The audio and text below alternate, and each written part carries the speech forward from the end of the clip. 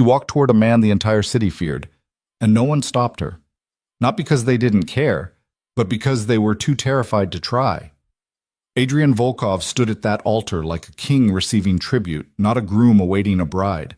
And Clara Bennett walked toward him in silk that felt like a funeral shroud, convinced she was being sacrificed to save everyone she loved. But here's what neither of them understood in that moment. This was not the beginning of her destruction. This was the beginning of the only love story neither of them ever planned to survive. If this story already has your heart, hit that like button and drop your city in the comments below. I want to see exactly how far this story travels.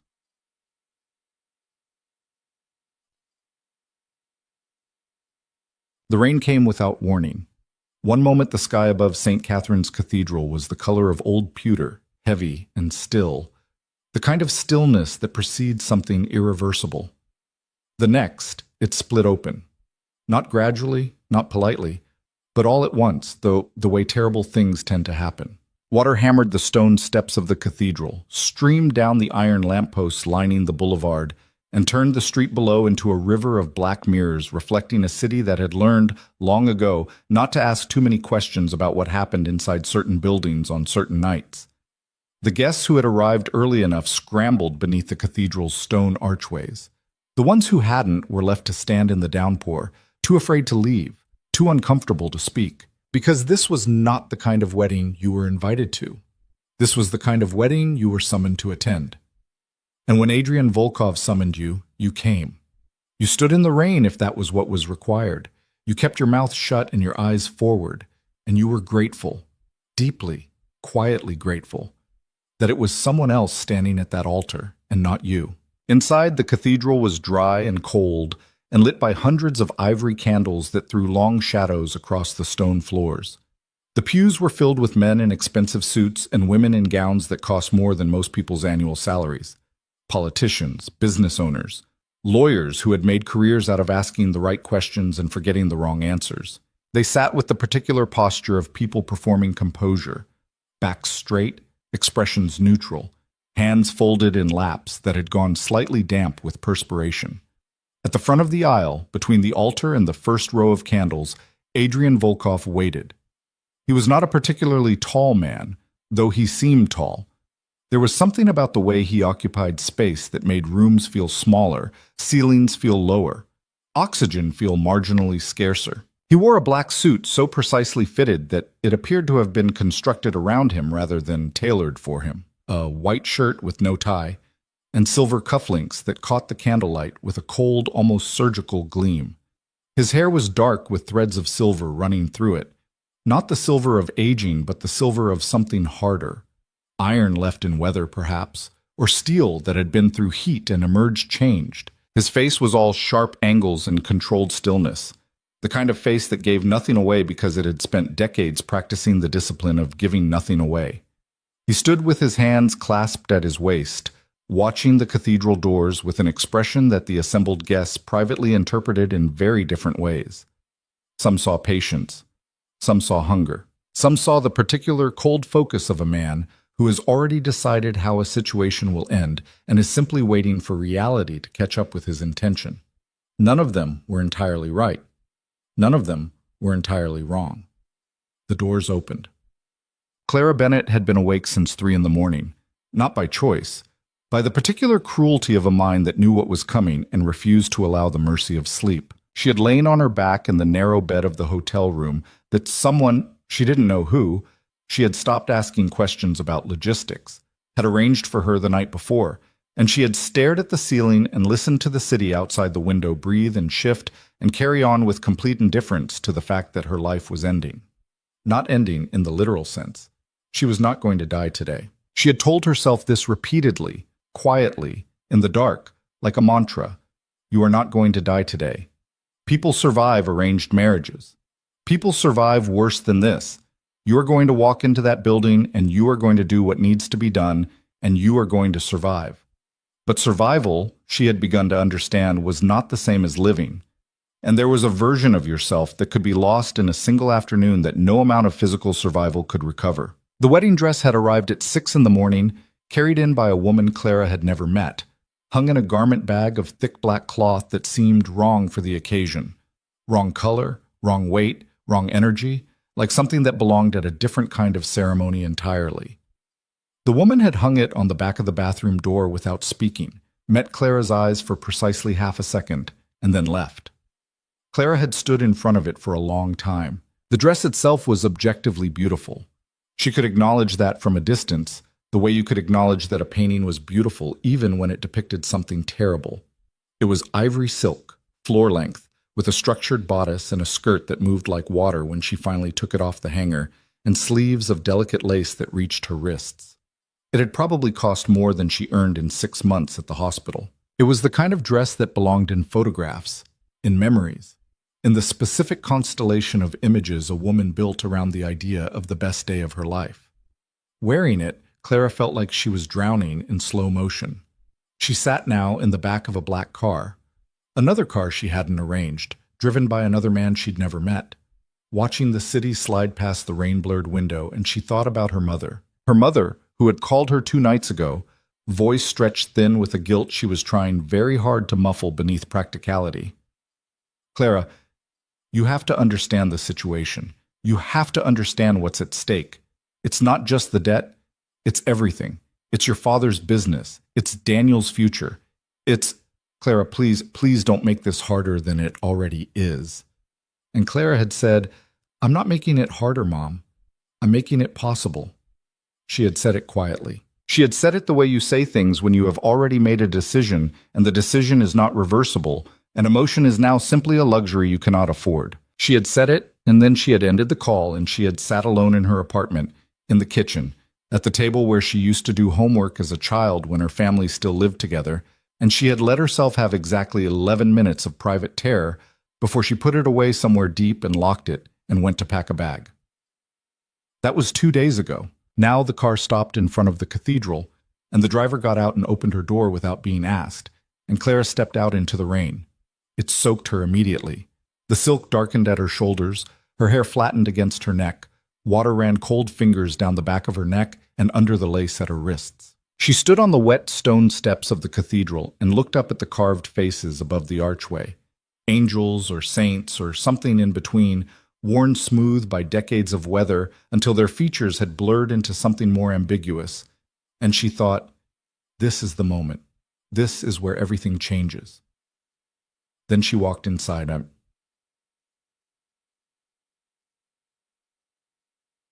The aisle felt like the longest distance she had ever crossed. It wasn't, objectively. She had walked longer distances in a single morning shift at the hospital, moving between wards, climbing stairs, pushing supply carts.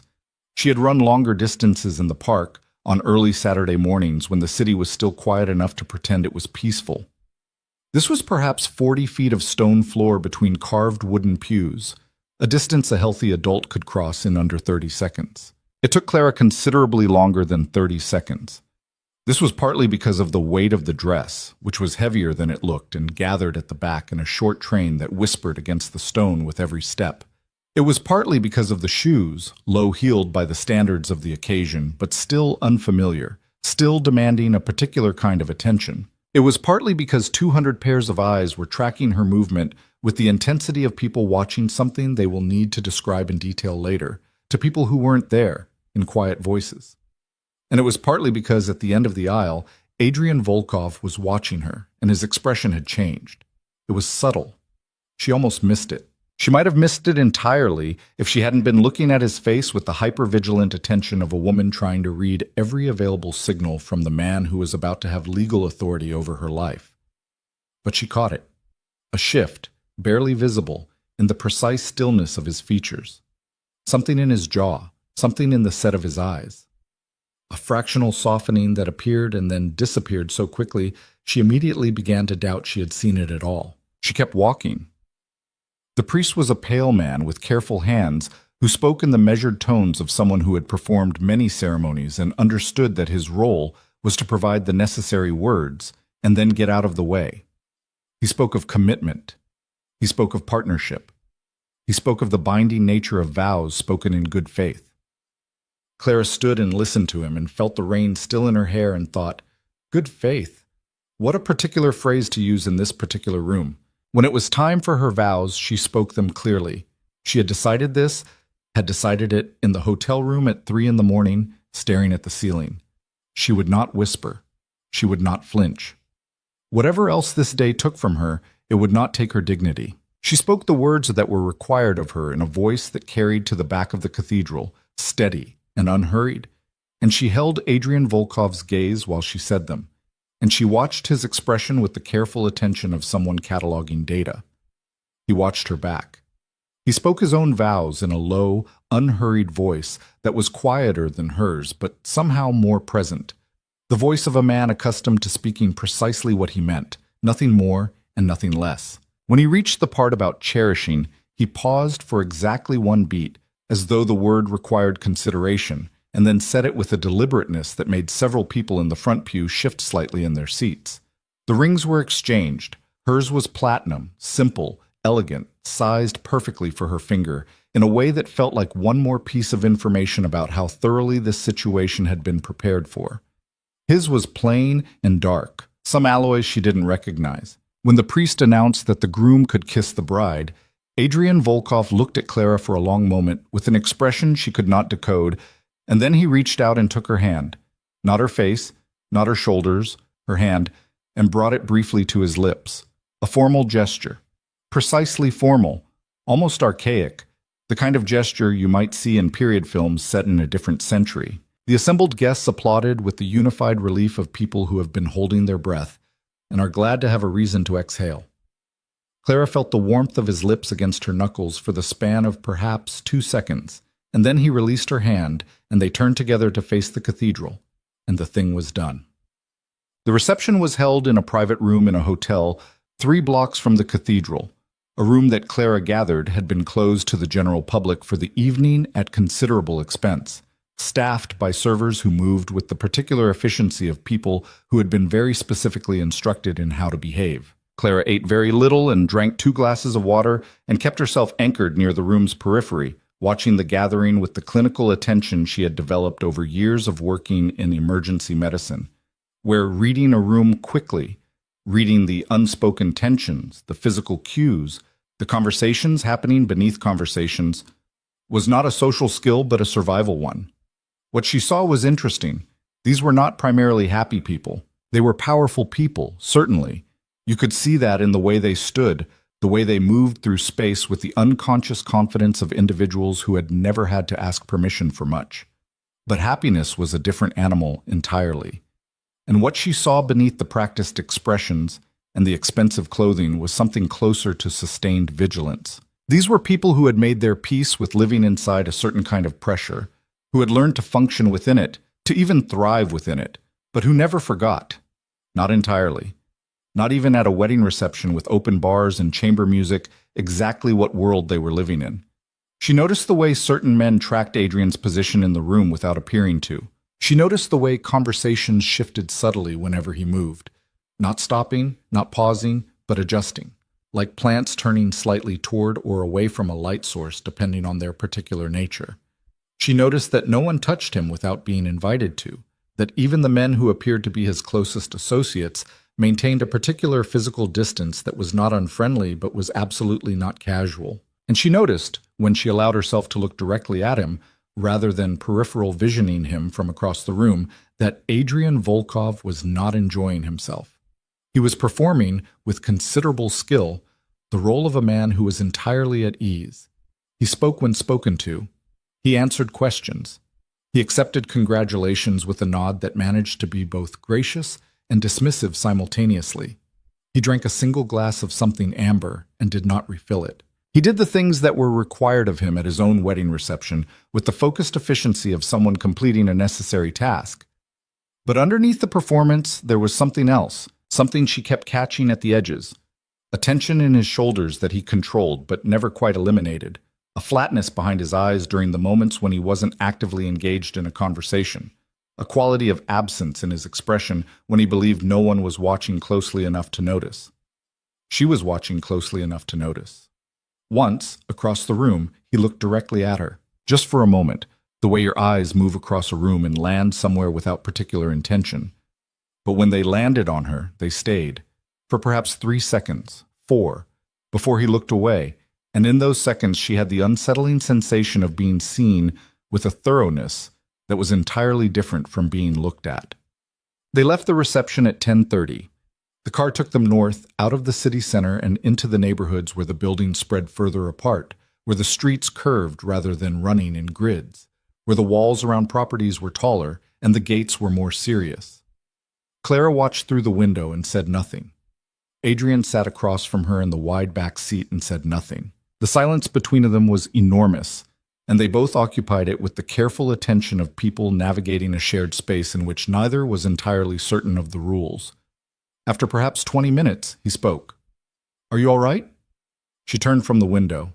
He was watching her with that level, unreadable expression, head slightly tilted, the question asked without particular inflection, neither warm nor cold, simply direct. "That's a complicated question," she said. "Then give me a complicated answer." She held his gaze for a moment. "I'm functional. I'm not in danger of falling apart.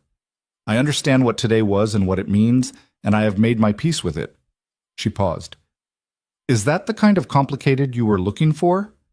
Something moved very briefly in his expression, not quite amusement, but adjacent to it. "Close enough," he said, and looked back toward his window. The car turned through a gate that opened silently ahead of them, and proceeded up a private drive lined with old trees that arched overhead in the headlights, and Clara got her first look at the place that was, apparently, now her home. It was not what she had expected. She had prepared herself for something ostentatious, something that announced itself aggressively, all marble and gold fixtures, and the architectural equivalent of someone standing in a room clearing their throat until everyone looked. That was how she had imagined the home of a man like Adrian Volkov, everything chosen to project authority, to remind anyone who walked inside of who owned this space and what that ownership meant. What she found instead was a house that was large. Yes, undeniably large. 3 stories of pale stone behind glass and steel and carefully maintained grounds, but quiet about it. The interior, when they stepped inside and the lights came on gradually, as though the house was waking slowly from sleep, was full of clean lines and high ceilings, and an absence of clutter that felt deliberate rather than cold. There were books, actual books, not decorative books. Books with broken spines and pages that had been turned, stacked on shelves, that ran floor to ceiling in the room she could see through a doorway to the left. There were lights that someone had set to a low amber warmth before they arrived. There was a staircase of dark wood that curved upward to the second floor.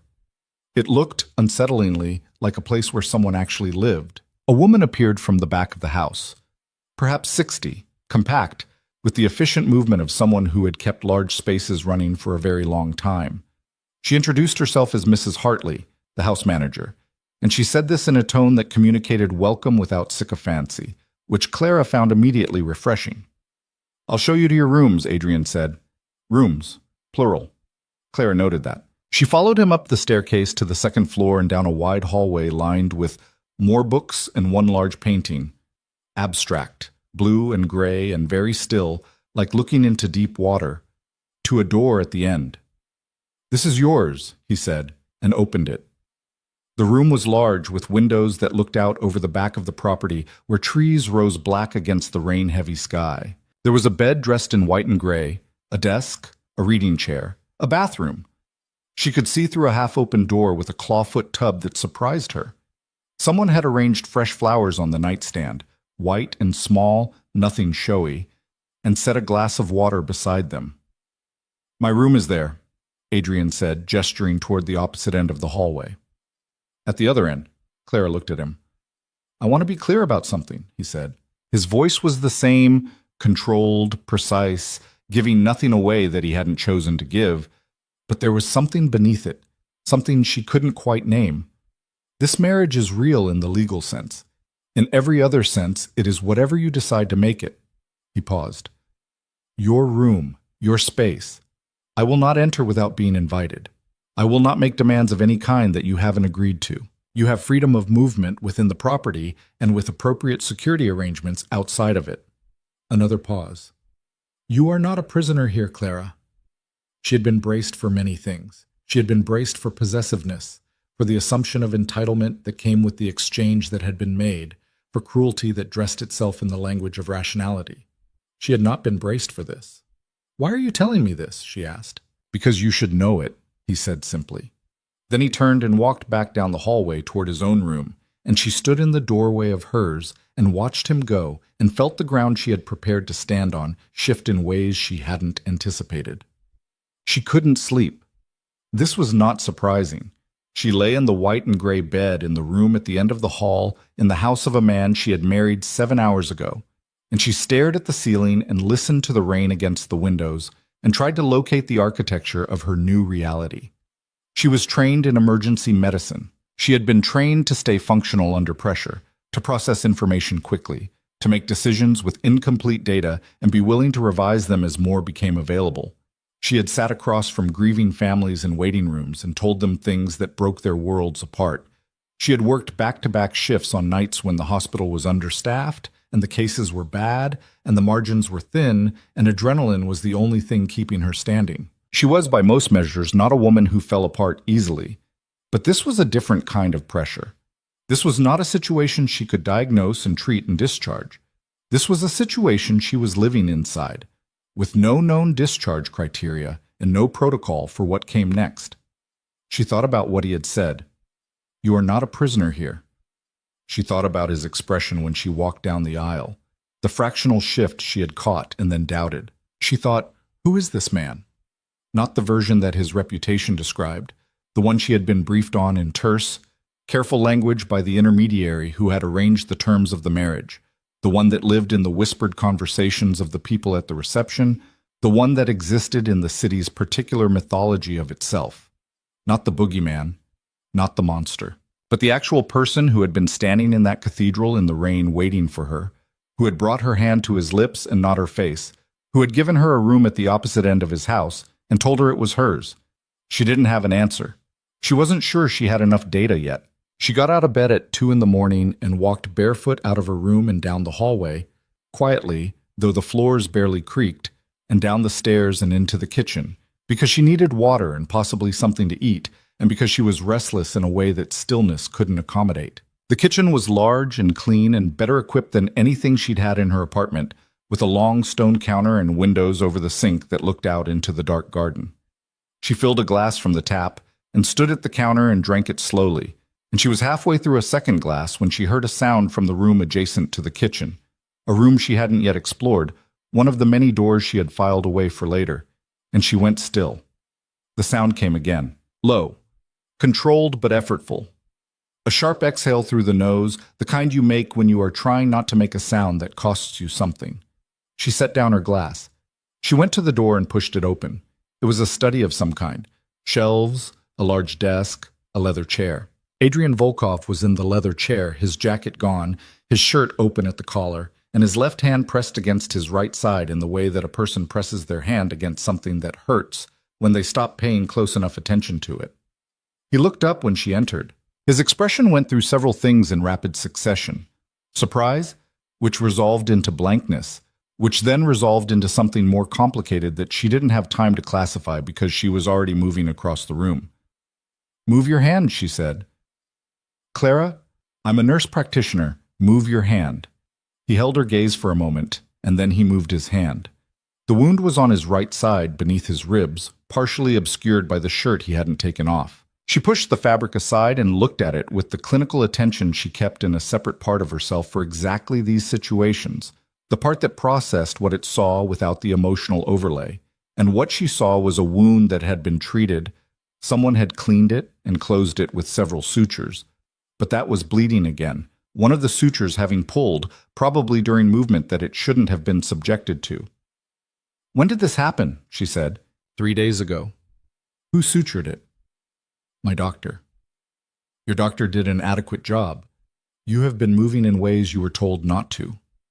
She looked up at him. He was watching her with an expression of someone who has decided to let something happen that they would normally prevent, and she couldn't tell if that was because he had decided to trust her or because he simply didn't have the energy left to argue. "I need supplies. Is there a medical kit in this house?" "Cabinet above the refrigerator." She went back to the kitchen, found the kit. Comprehensive, professionally stocked, the kind you ordered rather than bought from a pharmacy, and brought it back. She worked in the light of the desk lamp, quietly and efficiently, cleaning and re-securing the suture and applying a fresh dressing, while Adrian sat entirely still in the leather chair and let her do it. When she was done, she sat back and looked at him. "Thank you," he said, quietly, without performative weight, just the straightforward delivery of a fact. "You're welcome," she paused. "You should have woken someone." "I didn't want to wake anyone." Macho stubbornness or actual preference for suffering alone? Something shifted in his expression again, that almost not quite amusement. "The latter, generally speaking. That's a bad habit. I've been told." She gathered the supplies and stood. She was suddenly aware of how she was dressed, a loose sleep shirt and shorts, barefoot, in the study of a man she had known for approximately one day. And she was aware of how he looked, wounded and still, and watching her with those eyes that gave very little away and somehow still communicated more than he probably intended. "Get some sleep," she said. "Don't move around tonight." "Yes," he said. And then just as she reached the door, "Clara," she stopped. "I know what today cost you," he said. His voice was the same, controlled, precise, but there was something underneath it now, something she hadn't heard before, something with weight and texture. "I know what I asked of your family. I know what it meant for you to agree." A pause. "I am not unaware of that." She stood with her hand on the door frame, and she didn't turn around, and she said, "I know you're not." She didn't know why she said it. She hadn't planned to. It came out of some part of her that had been watching and collecting data all day. From the cathedral to the reception to the room at the end of the hall, to this moment right now, and had arrived quietly and without fanfare at a provisional conclusion about what kind of man was sitting in this chair. Then she went back to her room and lay down in the dark, and this time, eventually, she slept. Morning arrived gray and damp, the rain still present but reduced to a fine mist that turned the trees beyond the window into soft suggestions of themselves. Clara was up early. Her body was unreliable about sleeping in on any day, let alone the first morning in an entirely unfamiliar place, and she dressed in the clothes she'd brought in the bag she'd packed in her apartment what felt like a very long time ago, and she went downstairs. Mrs. Hartley was already in the kitchen. There was coffee, and there was breakfast, and there was the quiet efficiency of a house that had been operating on a particular rhythm for a long time, and was simply absorbing her presence into it without making a production of the adjustment. "Mr. Volkov's already been down," Mrs. Hartley said, in the tone of someone conveying useful information without editorializing. "He went out about an hour ago." Clara poured herself coffee and sat at the long kitchen table and thought about the night before, the study, the wound, the particular quiet of him in the chair. "I know what today cost you." She sat with that for a while. She was a practical woman. She had always been a practical woman, even as a child, even in circumstances that had called loudly for something more dramatic than practicality. She believed in evidence. She believed in what she could observe and verify. She believed in building understanding incrementally, from data, rather than from the stories she told herself about situations before the evidence was in. The evidence so far was limited. One day. One night. A room at the opposite end of a hallway, and a wound that needed redressing, and a man who said thank you like he meant it, and "I know what today cost you," like the knowledge was something he had been carrying for a while. It was not enough data to build anything on. It was not enough data to trust. But it was, she allowed, enough data to keep watching, enough to reserve judgment, enough to walk into whatever came next with her eyes open rather than her mind made up. She finished her coffee and went to find the room with all the books and sat down in front of the shelves and pulled out the first one that caught her eye. Outside, the mist continued its quiet revision of the world. Somewhere across the city, in offices and kitchens and back rooms, people who knew Adrian Volkov's name whispered it to each other and thought they understood what it meant. None of them were in this house. None of them had seen the study, the chair, the careful distance of a man who gave someone he'd married a room at the opposite end of his home and called it hers. None of them had watched him say thank you like the word meant something. Clara sat with the book open in her lap and the rain soft against the windows and thought, I don't know who you are yet, Adrian Volkov, but I am going to find out. 3 days passed before Clara saw Adrian Volkov at anything resembling close range again. He was present in the house. She could feel the fact of his presence the way you feel weather before it arrives. A slight shift in atmospheric pressure, a change in the way rooms felt when she walked through them shortly after he had been there. His coffee cup in the kitchen sink. A book moved from where she had left it on the shelf, replaced at a different angle. The faint sound of his voice, low and even, carrying through a closed door from somewhere on the ground floor in the evenings when she was already upstairs. He existed in the house the way a tide exists, consistently, powerfully, and at a careful distance from the shore. She found this more unsettling than his direct presence would have been. She had prepared herself for proximity, for the particular discomfort of sharing space with someone she didn't know and hadn't chosen. She had not prepared herself for this, for a man who occupied the same building as her and still managed to make himself largely absent, who seemed to have calculated exactly how much space she needed and was giving it to her with a precision that felt almost architectural. On the fourth morning, she came downstairs at 7 to find him already at the kitchen table with a cup of coffee and a folder of documents he was reading with the focused attention of someone who was accustomed to consuming large amounts of information before most people were awake. He looked up when she came in. He said good morning. She said good morning back. She poured herself coffee and sat across the table, and they occupied the same silence for perhaps 15 minutes, while she looked at the garden through the window and he worked through whatever was in the folder. And it was not comfortable exactly, but it was not unbearable either. It was, she thought, the silence of two people who had decided, separately and without discussion, that they were going to try to be civilized about this. When he closed the folder and stood to leave, she said, "How's the wound?" He paused. "Better. You should let me check the suture today." A beat. "All right. After dinner," she said. "Don't move around too much before then." He looked at her with that expression she was beginning to catalog, the one that existed just at the edges of something she couldn't quite name, occupying the narrow space between assessment and something warmer. "I have a meeting at 9, he said. "I'll be careful." That wasn't a yes or no answer. "No," he agreed. It wasn't. And he picked up the folder and left. She sat with her coffee and the garden and thought, progress. Marginal, ambiguous, probably meaningless, but progress. She was learning him, she realized, the way you learn a language you have never formally studied. Not through instruction, not through a curriculum, but through exposure and attention and the gradual accumulation of small observations that eventually, if you are patient enough, begin to resolve themselves into patterns. She had been trained to do this. Emergency medicine demanded it. The ability to read what was not being said, to hear what was beneath the words, to watch the physical language of a person and understand what the verbal language was not telling you. She watched Adrian Volkov, and she built her understanding carefully, piece by piece. He was, she determined, a man of extraordinary discipline. Not the performance of discipline, not the studied, deliberate self-control of someone managing an image, but the internalized habitual discipline of a person who had been practicing it for so long that it had become structural, as much a part of his architecture as bone. He ate at specific times. He slept, she gathered from the rhythms of the house, in a pattern that prioritized early mornings. He worked constantly, not with the frantic energy of someone who didn't know how to stop, but with the quiet, sustained focus of someone for whom work was simply the condition of being conscious. He didn't drink more than a single glass of anything in the evenings. He didn't raise his voice.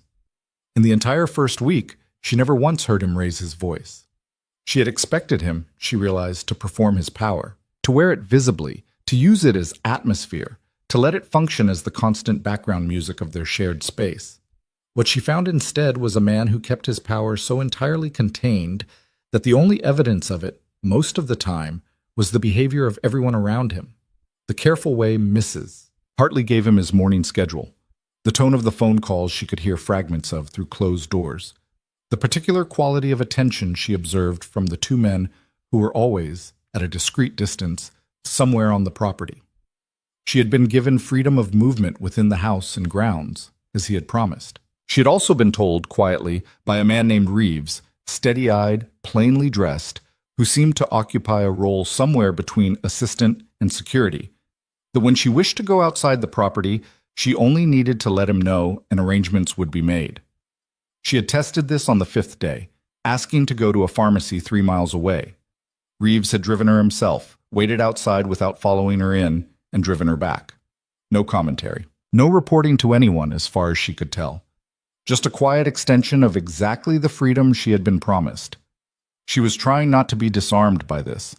She was trying very hard. On the 7th night, she went to find him for the suture check she had requested. He had, in fact, come to her the evening before for the first one, appearing at the door of her room and knocking twice before entering, standing with the slightly compressed patience of a man who found physical vulnerability uncomfortable but was tolerating it. And she knocked on the study door and heard his voice say, "Come in," and she entered to find him standing at the window with his back to her and a phone at his ear, speaking in a low voice that stopped when she appeared. He said something into the phone in Russian, 2 words, clipped, and ended the call. "Sorry," she said. "I can come back." "No." He turned from the window. He was in a dark sweater and trousers, no jacket, and he looked tired in a way she hadn't seen before. Not physically depleted, but somewhere deeper. The weariness of sustained vigilance that has gone on for too long without adequate rest. "It's fine. Come in." She went through the familiar routine, had him lift the sweater enough to access the dressing, check the suture, replace the dressing with practiced efficiency. He stood and let her work in silence, looking somewhere above her head, and she was aware again, as she had been in the same study a week ago, of being in very close physical proximity to a person she still did not fully understand. "It's healing well," she said, stepping back. "Another week, and the suture can probably come out."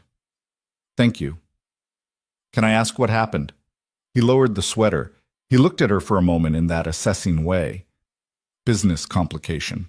"A business complication that involves getting shot. Not an uncommon kind in my line of work." She held his gaze. "Does it happen often?" "Less often than it used to." He said it without apology, without drama, simply as information. "I have better people around me now than I did when I was younger." "How young were you when it first happened?" Something shifted in his expression. He looked at her as though recalibrating something, adjusting for a question he hadn't expected. 23, he said. "What was the circumstances?" "Clara." His voice was gentle, which surprised her. Not the warning in it, but the gentleness. "Some questions I'll answer. Some I won't. Not because I'm hiding something from you specifically, but because there are things about my work that it's safer for you not to know in detail." She considered this. "That's a reasonable answer," she said. "You sound surprised." "I am, a little." "Why?" She thought about it honestly. "Because I had a version of you in my head before I met you," she said. "A version built from other people's descriptions. And the version I'm actually encountering keeps not matching it." He was quiet for a moment. Outside the window, the city hummed its distant, indifferent hum. Then he said, "What version did you have?" "Someone who would use marriage as a mechanism of control. Who would mistake legal authority for actual authority over a person?" She paused. "Someone who would be very different from who you appear to be." He was very still. Not the stillness of someone suppressing a reaction, but the stillness of someone who is genuinely listening, who has heard something that requires processing rather than reflexive response. "Appearances aren't always reliable indicators," he said finally, "in either direction." "No," she agreed, "they're not." She left the study and went back to her room, and she lay in the dark and thought about the way he had said appearances aren't always reliable indicators in either direction, and she thought about what that might mean, and she decided she needed more data before she could build anything meaningful from it. She needed more time. She needed to keep watching. She was not, she discovered, averse to that prospect, and that perhaps was the most unsettling thing of all. The second week was different from the first in ways that were incremental, and then suddenly weren't. Breakfast became a shared event rather than an accidental one. Not by discussion.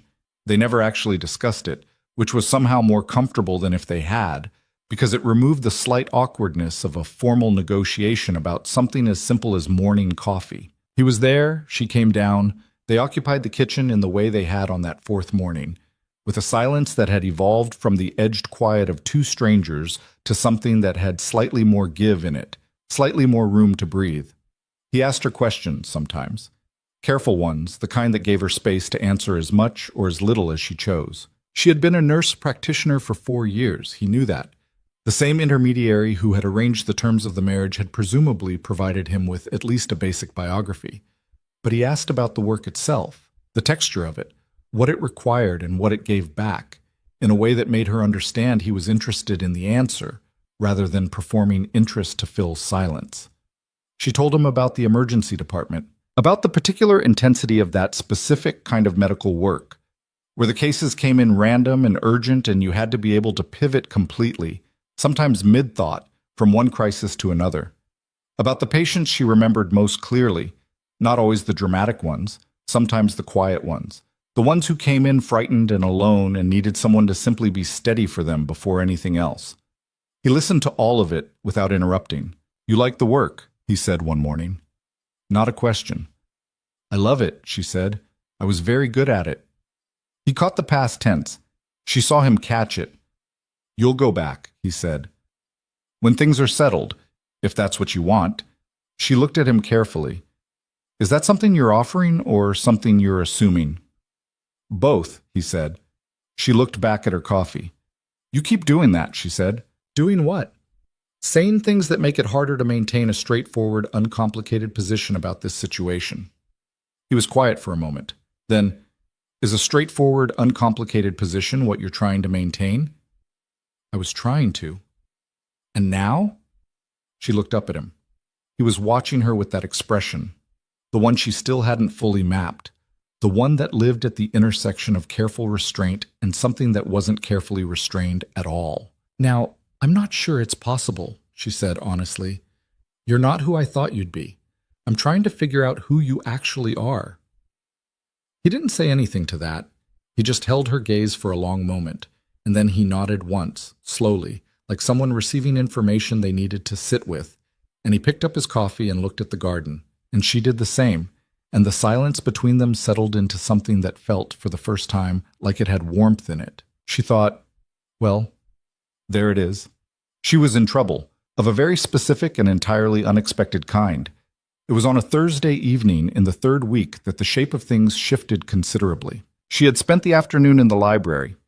She had taken to calling the book room the library because it functioned as one, working through a medical journal she'd found on the shelf that was more current than she'd expected, making notes in the margin with the pencil she'd found in a cup on the desk.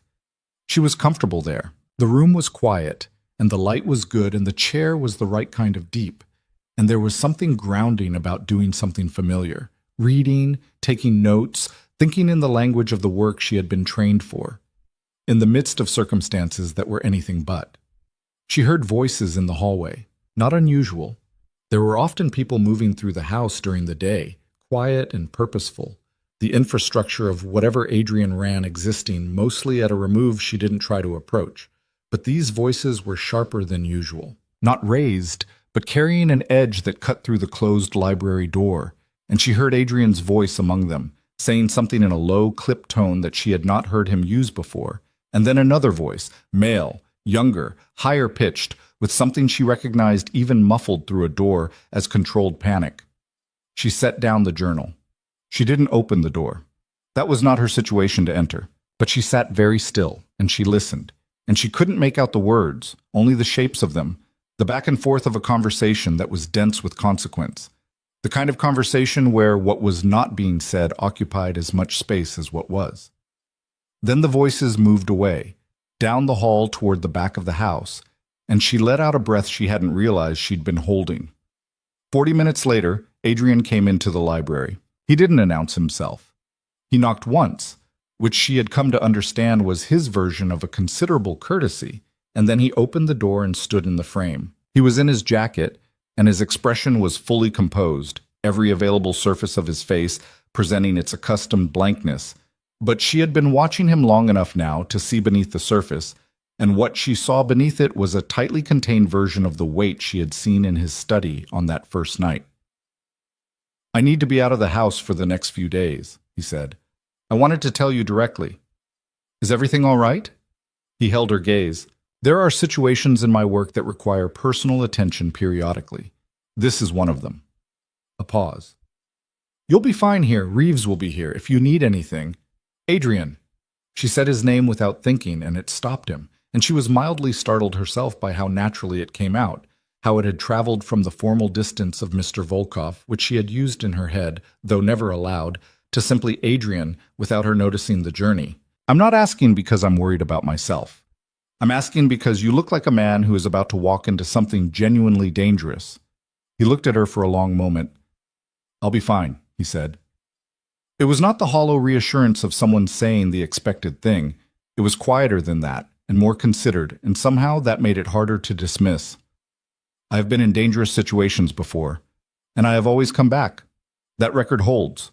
That's a terrible statistical argument. Your sample size is too small, and you're too deep into the run for prior performance to guarantee future results. Something moved through his eyes. It arrived and disappeared so quickly, she wasn't certain it had been there. But if she had to name it, she would have called it wonder, or the edge of it. "You're right," he said. "Technically." "Come back," she said. It came out more plainly than she intended, more direct. But she didn't take it back. He stood very still for a moment. "I intend to," he said. And then he left. She sat in the library for a long time after she heard the front door close, with the medical journal open and unread in her lap, and she thought about what was happening to her equilibrium and whether there was any meaningful action she could take to stabilize it, and she concluded that there was not, and that this was possibly the most alarming domestic situation she had ever found herself in, which was saying something considerable given the circumstances under which she had arrived here. He was gone for 3 days. She functioned well.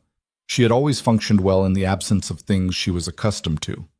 Adaptation was one of her core competencies, practically a professional requirement. She read. She walked in the garden in the mornings when the weather permitted. She had a long and surprisingly easy conversation with Mrs. Hartley about the house's kitchen garden and the particular stubbornness of late-season tomatoes. She called her mother once, a brief call, controlled and careful and full of the things neither of them said. Her mother asked if she was all right. She said yes. Her mother asked, tentatively, like someone testing ice, if she had been treated well. She paused before answering, which was itself an answer of a kind, and said, "Yes, I have been treated well," and meant it, which was a thing she had not entirely predicted. She didn't tell her mother about the suture in the study, or the breakfast conversations, or the way he said "I intend to" when she told him to come back. Some things were not ready to be translated yet. Some things were still too new and too ambiguously shaped to survive the process of being put into words for someone else. He came back on a Thursday evening, and she heard the door and then his voice in the entry hallway speaking briefly to Reeves, and she was in the kitchen, and she stayed there and didn't go into the hall because she was making a principled stand against whatever her instincts were suggesting she do. And approximately 4 minutes later, he came into the kitchen, and she looked at him, and he looked at her, and neither of them said anything for a moment.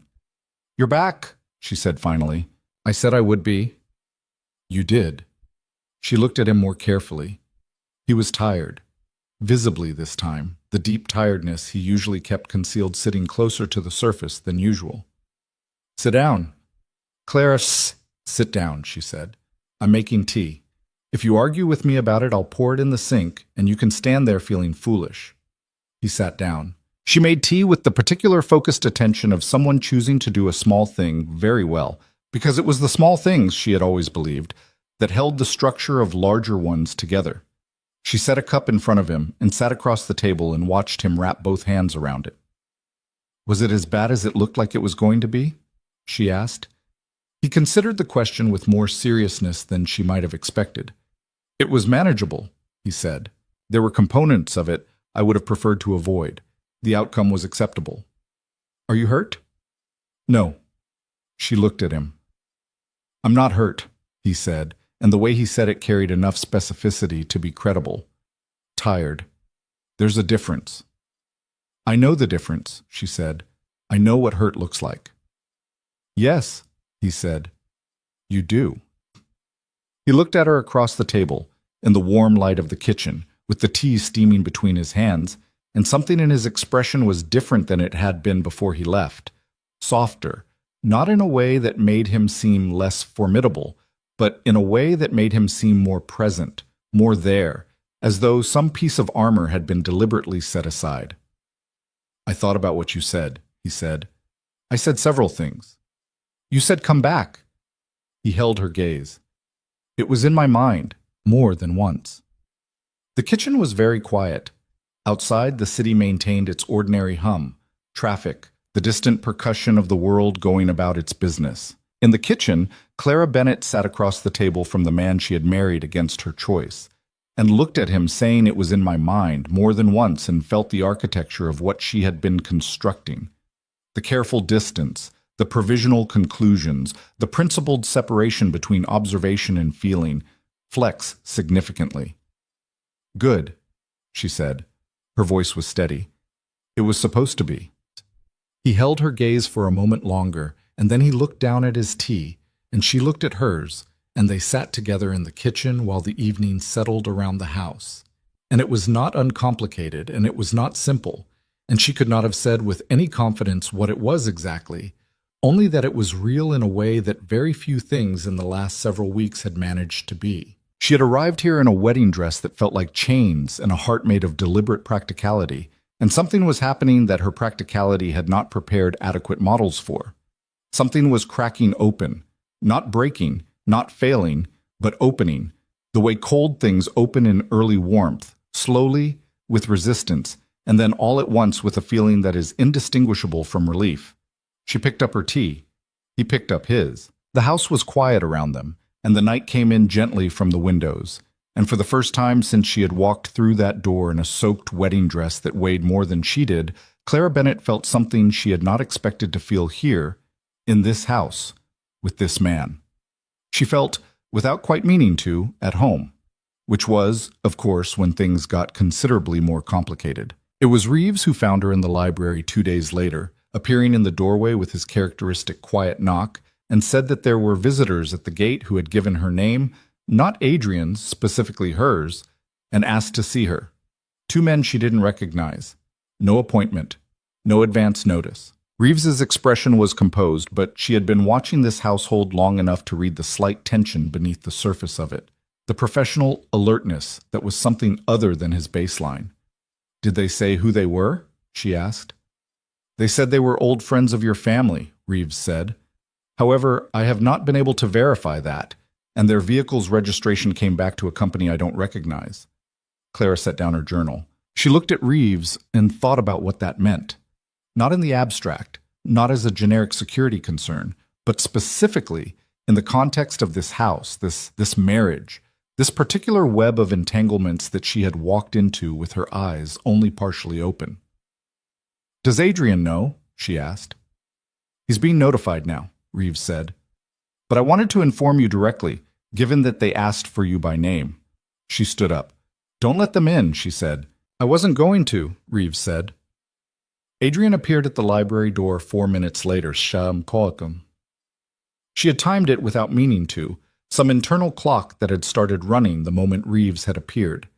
He was in the shirt and trousers of a working afternoon, and his expression was the fully composed version, every available surface sealed.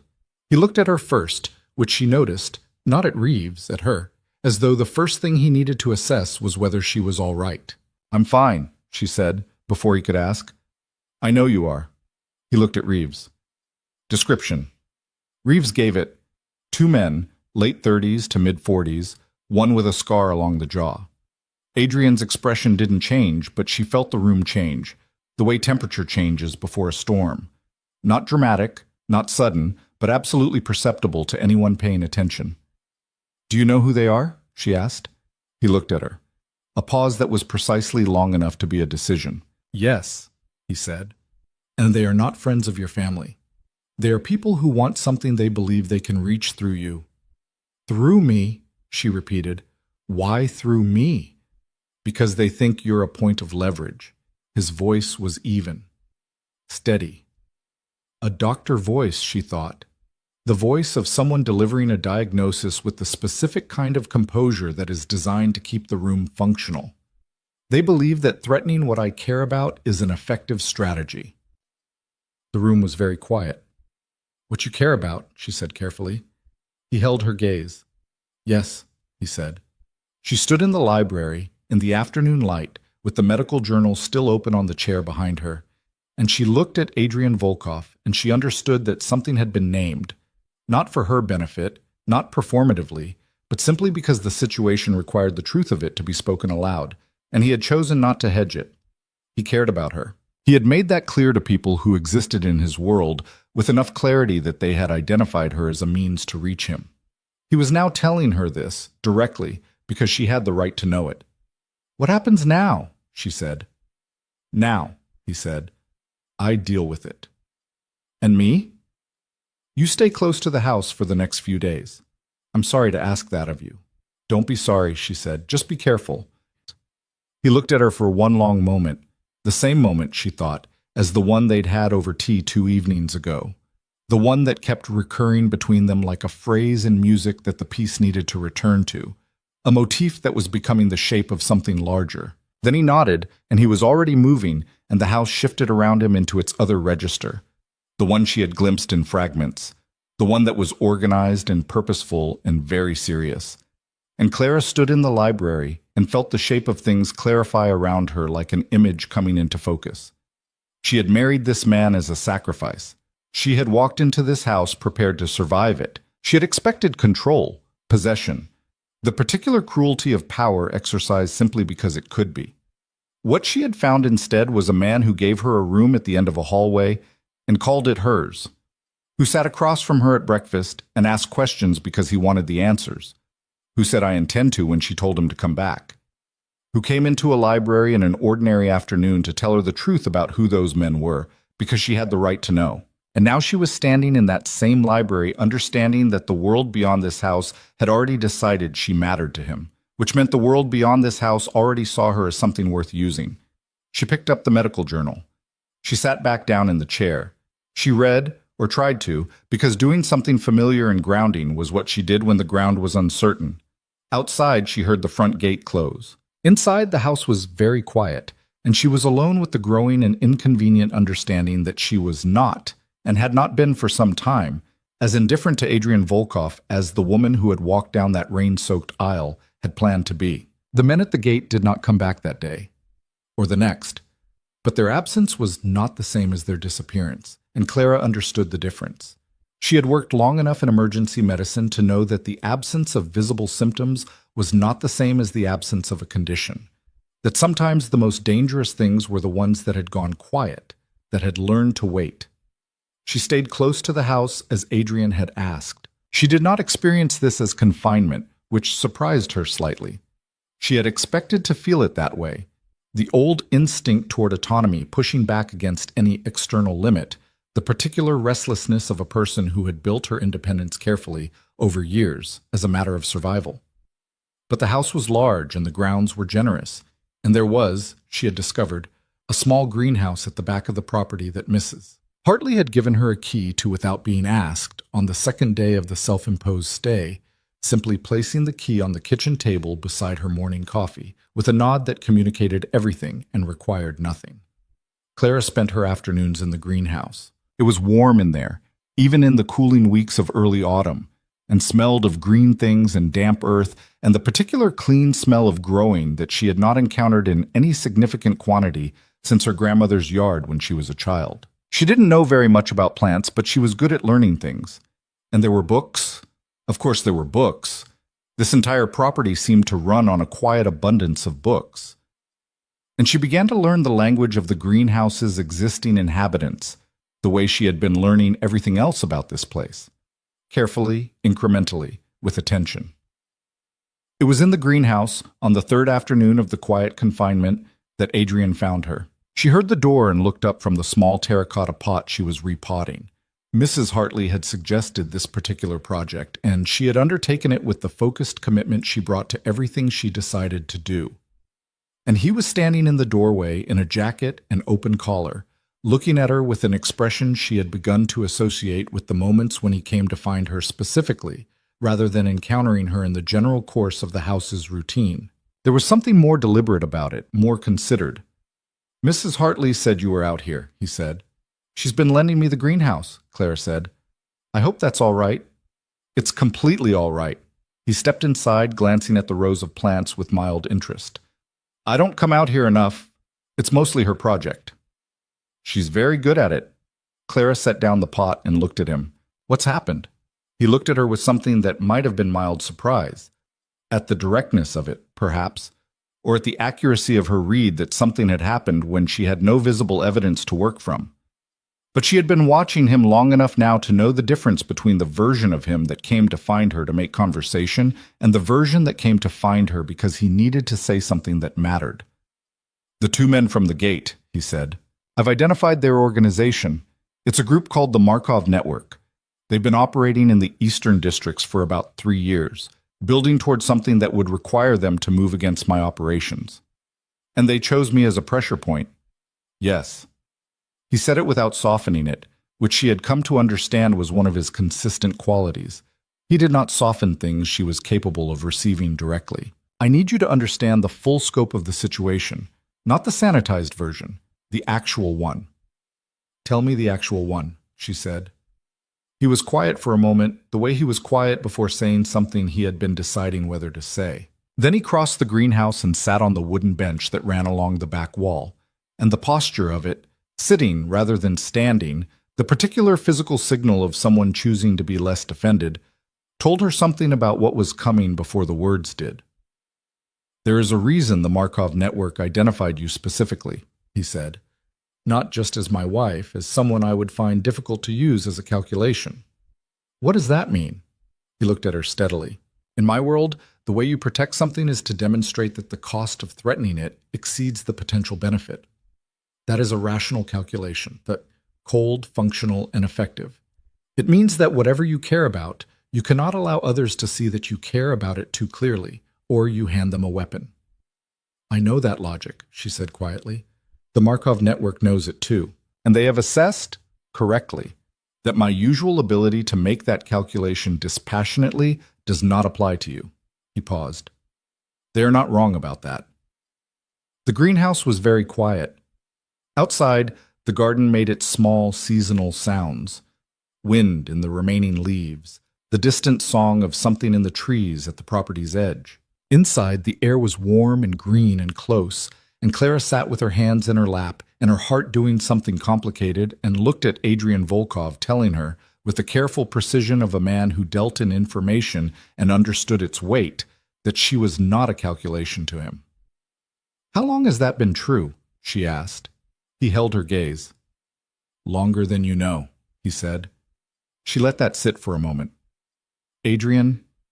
Yes. That is the second time you have said something that strongly implies there is a larger context I'm not aware of.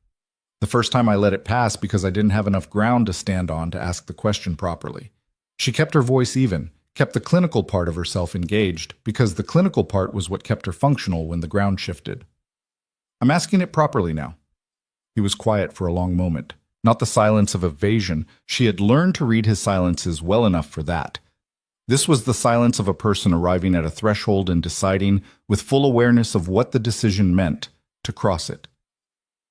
Do you remember, he said slowly, approximately 10 years ago, when you were still in your second year of nursing school? There was an incident in the parking structure off Meridian Avenue, late October, around midnight. She looked at him. The memory came to her gradually, the way old memories do.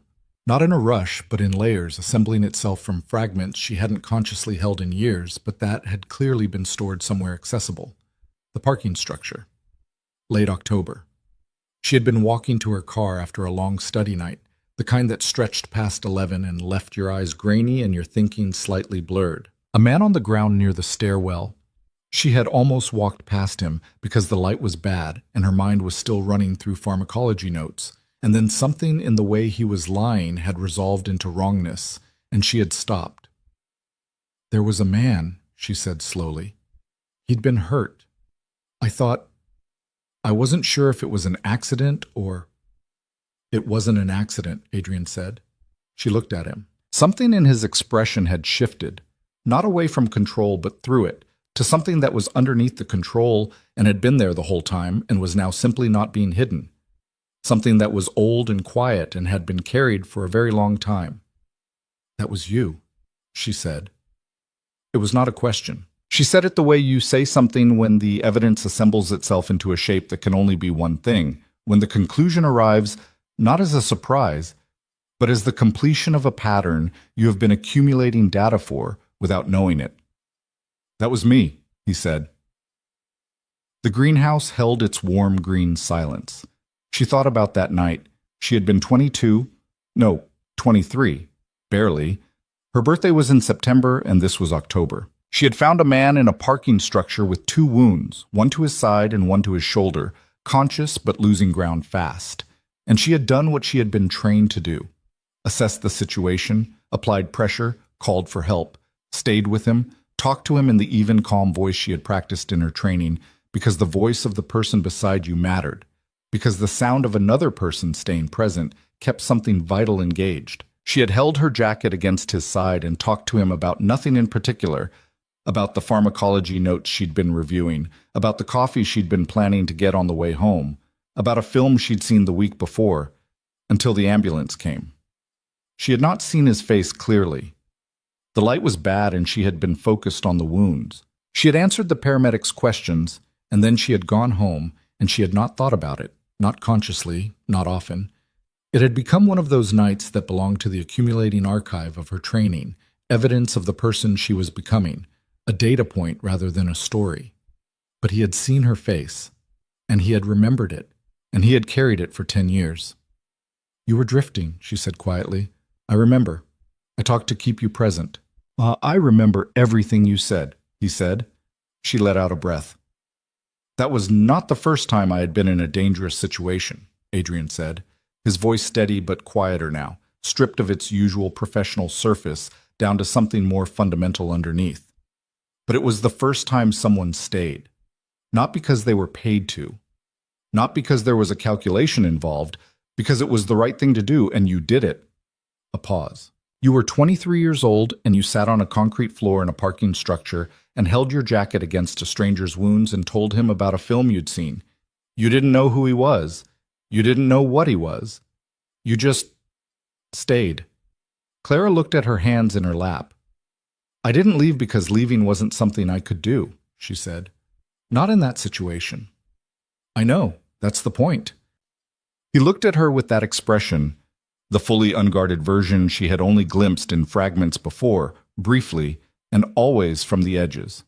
Now it was simply there, directed at her, unprotected and entirely clear. "That is who you are. That has always been who you are. And I never forgot it."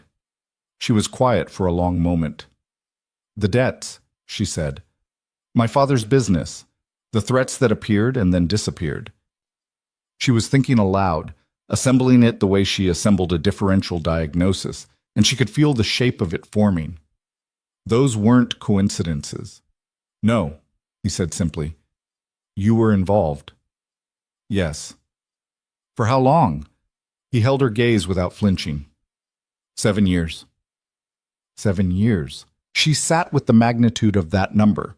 Not in anger, not yet, because she was still in the assembling phase, the information gathering phase, the phase where emotional response had to wait behind comprehension. 7 years was not a passing thought. 7 years was architecture.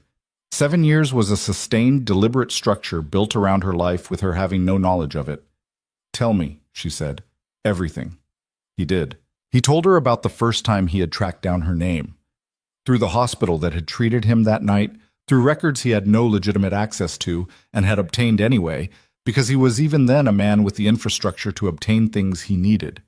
He told her how he had watched, at first, in the entirely detached way of someone cataloging a debt. He had believed in debts, in that time of his life, more than he had believed in most other things. She had done something for him, and he owed her something, and he would pay it.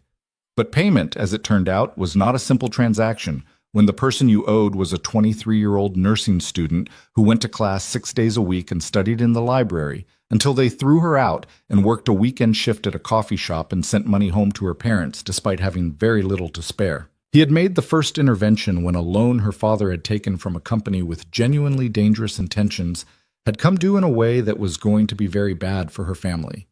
He had resolved the situation from a distance and told himself it was the debt, just the debt, a balance being cleared. He told her about the second time. And the third, he told her about the man who had been watching her commute home from a night shift 3 years later, about the way he had become aware of this and what had been done about it in terms she understood were not legal, but that she was, sitting in this warm greenhouse in the amber afternoon, unable to construct an argument against. He told her about the medical school scholarship that had appeared in her second attempt at applying, which she had attributed to the quality of her essay, but which had, in fact, been supplemented by a donation to the institution from a private foundation with a name she had never had reason to investigate. He did not tell her all of this quickly. He told it slowly, methodically, in the tone of someone who has been carrying an account for a long time and is now rendering it fully, committed to the accuracy of every line. When he finished, the greenhouse was still warm, but the light had changed. It was later than she had realized, the afternoon having moved past itself into the earlier edge of evening, the light going golden and then amber through the glass panels. Clara sat with everything he had told her. She was aware of many things simultaneously. She was aware that what he had described was surveillance, and that surveillance without consent was a violation, and that a part of her had a right to be angry about that. She was aware that the scholarship had changed her trajectory. She would not have been able to return to medical school without it. The math had simply not worked, and she knew this and had known this, and that its source being what it was complicated the simple version of gratitude she had carried for years. She was aware that the dangerous man who had been watching her commute was gone in ways she did not fully want to examine, and that she was sitting in the home of the person responsible for that, and that her feelings about it were not simple. She was aware of all of this. She was also aware, too, and this was the thing she could not put down, could not push aside into the column of information to be processed later, that a man had been hurt in a parking structure 10 years ago, and a 23-year-old nursing student had stopped and stayed. And that moment had become the fixed point around which an entire orbit had been constructed, and the orbit had kept her safe in ways she had never known. And the man who had built it was sitting 5 feet away from her on a wooden bench in her greenhouse, waiting for her to decide what to do with the truth. "Why did you agree to the marriage?" she asked. Her voice was even. She needed it to be even. The arrangement that was proposed, the families, the debt settlement, you could have simply resolved it the way you resolved everything else, from a distance, without becoming directly involved. "Yes," he said. "So why didn't you?" He was very still. "Because the Markov network was not a distant threat," he said. "They had been building towards something for 2 years, and I had been managing it, and I had believed I could continue to manage it without it reaching you directly. And then 6 months ago, I received information that changed that assessment." His voice was controlled, but she could hear, beneath it, the thing he was carefully regulating, the thing that had driven a man with 1,000 other available options to choose this one, this particular, intimate, irreversible option. They had identified you. They had your name. They had been building a file. I had perhaps 1 month before they made a move. And the marriage was the fastest way to place me inside a defensible perimeter, she said. "Yes." A pause. "And to give me the legal standing to protect you openly, rather than from a distance. And if I had refused," he looked at her. "I would have found another way," he said. "But the marriage was what I could offer your family in exchange for your consent. Without it, I had no mechanism to ask for your consent at all." She sat with that. "You could have simply told me, come to me and told me the truth." "I could have," he said quietly. "But you didn't know me. You would have had no reason to believe me or to trust that what I was offering was genuine rather than a more sophisticated version of the threat. And I was not willing to—" He stopped. "Willing to what?" He met her eyes. "I was not willing to walk into your life with everything I am and everything I have done and ask you to take it on faith that I intended you well. You deserve better than that. You deserve to be in the situation long enough to form your own judgment, even if that judgment turned out not to be in my favor." The evening light came through the greenhouse glass and lay across the floor in long, warm bars, and Clara looked at Adrian Volkov, telling her that he had built a decade of careful distance around her life, and then walked through it himself rather than ask her to trust him blind. And she understood. Against every wall she had built, against every principled commitment to maintain distance that she had constructed over the 6 weeks since a wedding dress had felt like chains, that she was not angry. She was something very different from angry. You are an extraordinarily complicated person, she said. Something broke in his expression, not shattering but opening, a quiet fracture along a line that had been under pressure for a very long time. Yes, he said. I know. I need time to think about everything you've just told me, she said. There are parts of it that I have complicated feelings about, and I want to be honest with you about that rather than pretend I don't. I would prefer your honesty over any alternative, he said. I know you would. That is one of the less complicated parts. She stood up because she needed to move, needed the physical action of standing as an anchor. But I want you to know something. While I'm thinking, and while I'm working through the parts that are complicated, I want you to know that I understand what it was, what all of it was, the intention of it. He stood as well, slowly. He was watching her with an attention so complete it was almost a physical thing, as though she were something he had waited a very long time to be able to look at without glass between them. Clara, he said. Not yet, she said gently. Let me think first. Then we'll talk. She picked up the terracotta pot she had abandoned and set it on the shelf. Come have dinner. Mrs. Hartley's been in the kitchen since 4, and I promised her we would eat at a reasonable hour. He stood for a moment longer, looking at her. Then he said, All right. They walked back to the house through the garden in the early evening, side by side, close enough that she could feel the warmth of his presence against the cooling air. And she thought about 10 years of invisible architecture and a parking structure in October, and a jacket held against a wound. And she thought about the woman she had been at 23 who had stopped because leaving wasn't something she could do. She was still that woman. She had always been that woman. And the man walking beside her had known it for longer than she had known him. She did not sleep well that night, but it was a different kind of sleeplessness than the ones that had preceded it. Not the sleeplessness of anxiety or dread, but the sleeplessness of a mind working seriously on something that mattered, processing data with the focused intensity of a problem that had to be properly understood before anything could be decided. She lay in the white and gray room and she thought about what he had told her, all of it, in the specific order he had told it, and she allowed herself to feel all the things she felt. The complicated layers of it, the parts that required her to sit with a kind of violation she hadn't chosen, the parts that moved her in ways she was still calibrating, the parts that made her understand she had been safer than she knew for years, and that the safety had come from a person she had met once and never forgotten, and who had apparently never forgotten her. She thought about the fever dream quality of it, that a single act of ordinary human decency, a 23-year-old stopping because leaving wasn't something she could do, had been the seed of all of this. That kindness, unwitnessed and unrewarded and simply done because it was the right thing, had lodged itself in someone else's life and grown into something neither of them could have predicted. She thought about the wedding and the room at the end of the hall and the suture in the study. She thought about breakfast and tea and I intend to and the greenhouse and everything he had told her in the amber late afternoon. She thought, this is not a simple situation. It is not a simple man. And I am not a simple person for finding it, finding him, not what I expected. Somewhere past midnight, she heard a sound from down the hall. Not dramatic, just a brief, sharp sound. The kind of involuntary sound that a person makes when they've been asleep and something has interrupted it badly. The kind she recognized from the hospital, from sitting with patients who processed their pain in their sleep in ways they controlled during waking hours. She lay still for a moment. Then she got up.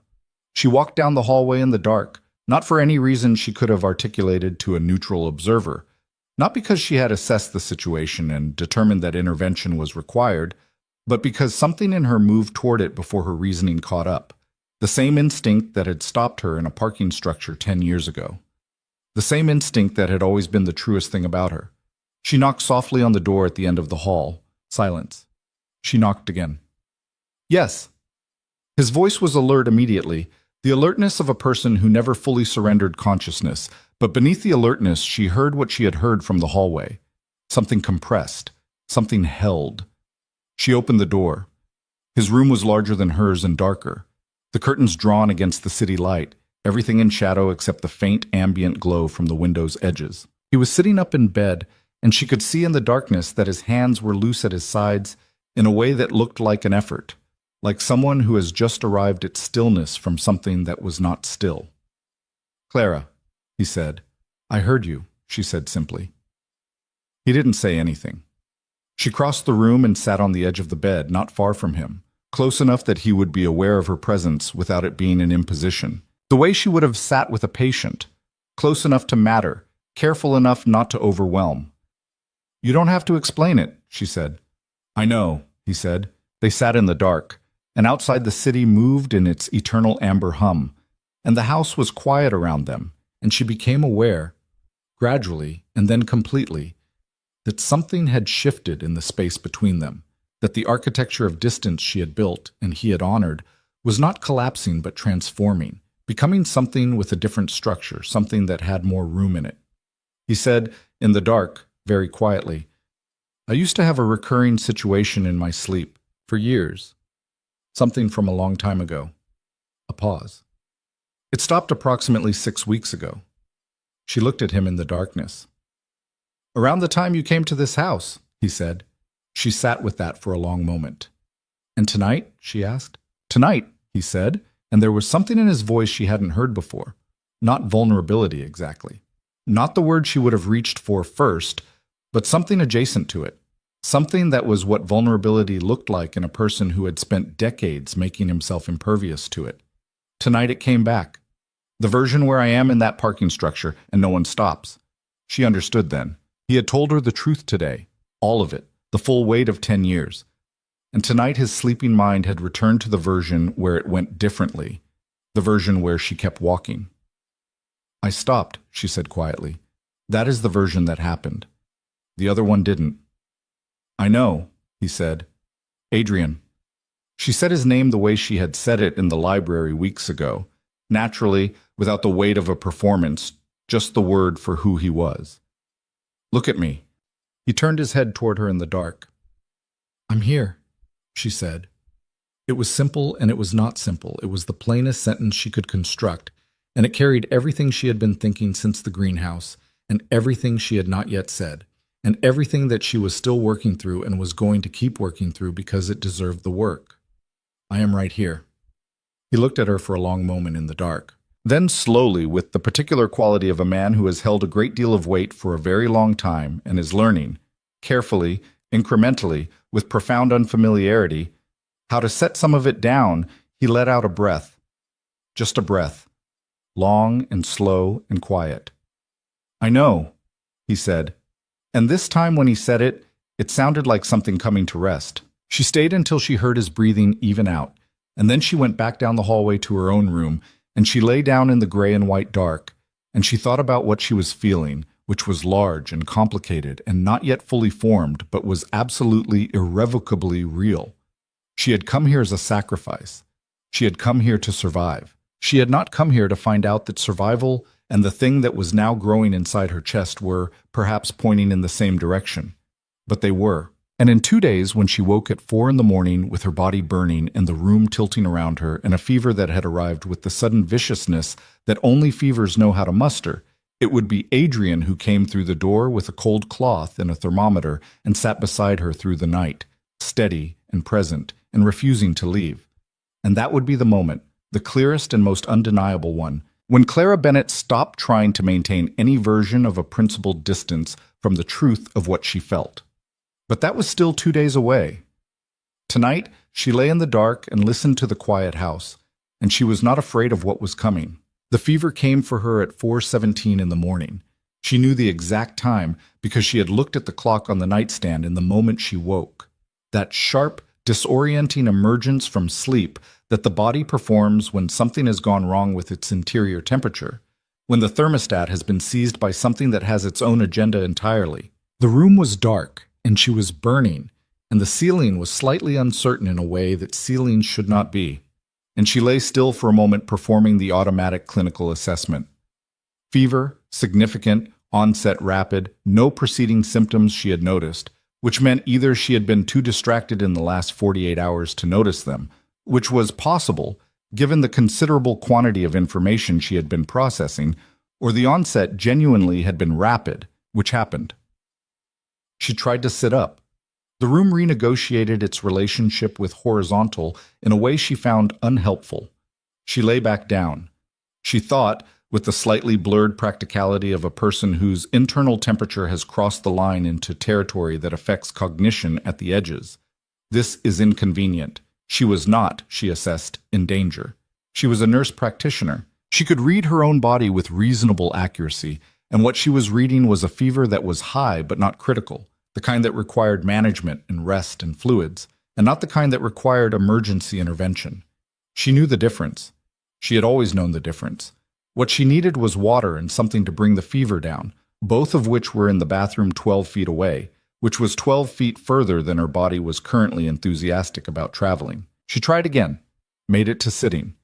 The room performed its unhelpful renegotiation. She sat on the edge of the bed, with her hands flat on the mattress, and waited for the dizziness to pass, and thought that she should have caught this earlier, that she had been so thoroughly occupied with the events of the greenhouse and the night that followed, and everything she had been thinking in the 48 hours since that she had apparently neglected to maintain adequate awareness of her own physical condition, which was professionally embarrassing. She stood, made it 4 feet toward the bathroom, caught herself on the doorframe. The door to her room opened. She turned her head, carefully, because turning it too fast produced results she would rather avoid, and Adrian was in the doorway. He was in dark trousers and a gray shirt that was untucked, and his hair was slightly less controlled than its daytime version, and he was looking at her with an expression that processed what it was seeing and moved immediately into a different register. "How long?" he said, already crossing the room. "I just woke up," she said. "It came on fast." He reached her at the doorframe, and his hand went to her forehead with a directness that bypassed any awkwardness because the situation had made awkwardness irrelevant. His palm was cool against her skin, and she was aware of how hot her own face felt in contrast. "Come back to bed," he said. "I need water and ibuprofen. The ibuprofen is in my bag by the desk." "I'll get them. Come back to bed first." She did not argue. She turned around and made her careful way back to the bed with his hand at her elbow, steadying without gripping, and sat down and then lay down with the specific relief of a person whose body has been arguing with them about vertical orientation and has now gotten what it wanted. He brought water first, a full glass from the bathroom, and then found the ibuprofen in her bag without searching for more than 30 seconds, which meant he had paid attention to where she kept things at some point without making a production of the attention. He handed her both, and she took the medication and drank the water and lay back, and he pulled the desk chair to the side of the bed and sat in it. "You don't have to stay," she said. "I know," he said. She looked at him sitting in the desk chair in the gray shirt in the dark room, and thought about the fact that 2 nights ago she had walked down this hall toward him for the same reason he was now sitting in this chair beside her, because leaving wasn't something either of them could do, and felt the circular, inevitable quality of it settle into her chest with a warmth that the fever had not produced. "I'm not in danger," she said. "Medically. I want you to know that." "I know you know the difference," he said. "I'm still staying." She didn't argue again. He stayed. He sat in the desk chair through the first hour while the medication worked its way through her system, and she drifted in and out of the lighter edges of sleep, and every time she surfaced, he was there. Not hovering, not performing concern, just present, the way she had been present in his room 2 nights before, close enough to matter and careful enough not to overwhelm. He brought more water at some point. At another point, he got a cloth from the bathroom and folded it and set it against her forehead without speaking, without the slight self-consciousness that the gesture might have carried in a different moment between 2 different people. And she felt the cool of it against her skin and thought, "We have gotten very good at taking care of each other without making a performance of it." Somewhere in the 3rd hour, her fever began to come down. She could feel it, that gradual, reluctant retreat, the interior temperature returning toward something reasonable. The ceiling stopped being uncertain. Her thinking began to clear at the edges. She opened her eyes. He was still in the chair, still awake, and she understood with sudden clarity that he had not slept, that he had been sitting in that chair and not sleeping for the entire duration. And something about that broke through whatever remaining wall she had been maintaining between observation and feeling and went directly into her chest like something sharp and clean. "Adrian," she said. He looked at her immediately. "How do you feel?" "Better? Coming down?" She looked at him across the small space of the darkened room. "You haven't slept." "I'm fine." That is a non-answer, and we have established that I know the difference. She pushed herself up to sitting, slowly, and the ceiling maintained its proper relationship with horizontal this time. Come here. He looked at her. Adrian, come here. She moved over on the bed, making room, and looked at him steadily. I'm a nurse practitioner. I'm not in danger. You have been in that chair for 3 hours. Come here and sleep. He stood from the chair. He crossed the room. He sat on the edge of the bed, carefully, with the quality of someone doing something for the first time and being precise about it. And then, when she did not move away, when she simply looked at him with the expression that was her particular version of, I mean exactly what I said, he lay down on top of the covers beside her and looked at the ceiling. She lay back down. They were close but not touching. The room was quiet. I found the documents, she said. He turned his head toward her. While you were gone, she said. The 3 days. Mrs. Hartley gave me access to the house. She didn't restrict anything. I don't think she was told to restrict anything. And I was in the library one afternoon and I was looking through the shelf above the desk, and there was a folder. She kept her voice even. My name is on the front of it. He was very still. I opened it, she said. I read it. She had. She had stood in the library with afternoon light coming through the windows and read, page by page, the comprehensive, meticulous record of 10 years of invisible care. The medical bills, several of them, from a time when her father's coverage had lapsed, and bills had arrived that her family had told her were being handled without adequately explaining how. The scholarship documentation, the actual underlying structure of it, the donation from the foundation that she now knew was his, the specific language that had allowed her to return to school when the numbers hadn't added up. Smaller things, a gap in a legal proceeding against her brother's business partner that had resolved unexpectedly in her brother's favor at a time when everyone involved had believed it would not. A police report from her neighborhood 3 years ago that had led to an arrest that had felt like unusual efficiency from a department not known for it. And earlier, much earlier, a photograph, not of her, but of the parking structure taken in daylight from the entrance, attached to a note in his handwriting that she had recognized as his after weeks of watching him write, reading only 3 words. She didn't leave. She had stood in the library with that piece of paper in her hand, and she had let herself feel everything, all of it, the full inventory of it.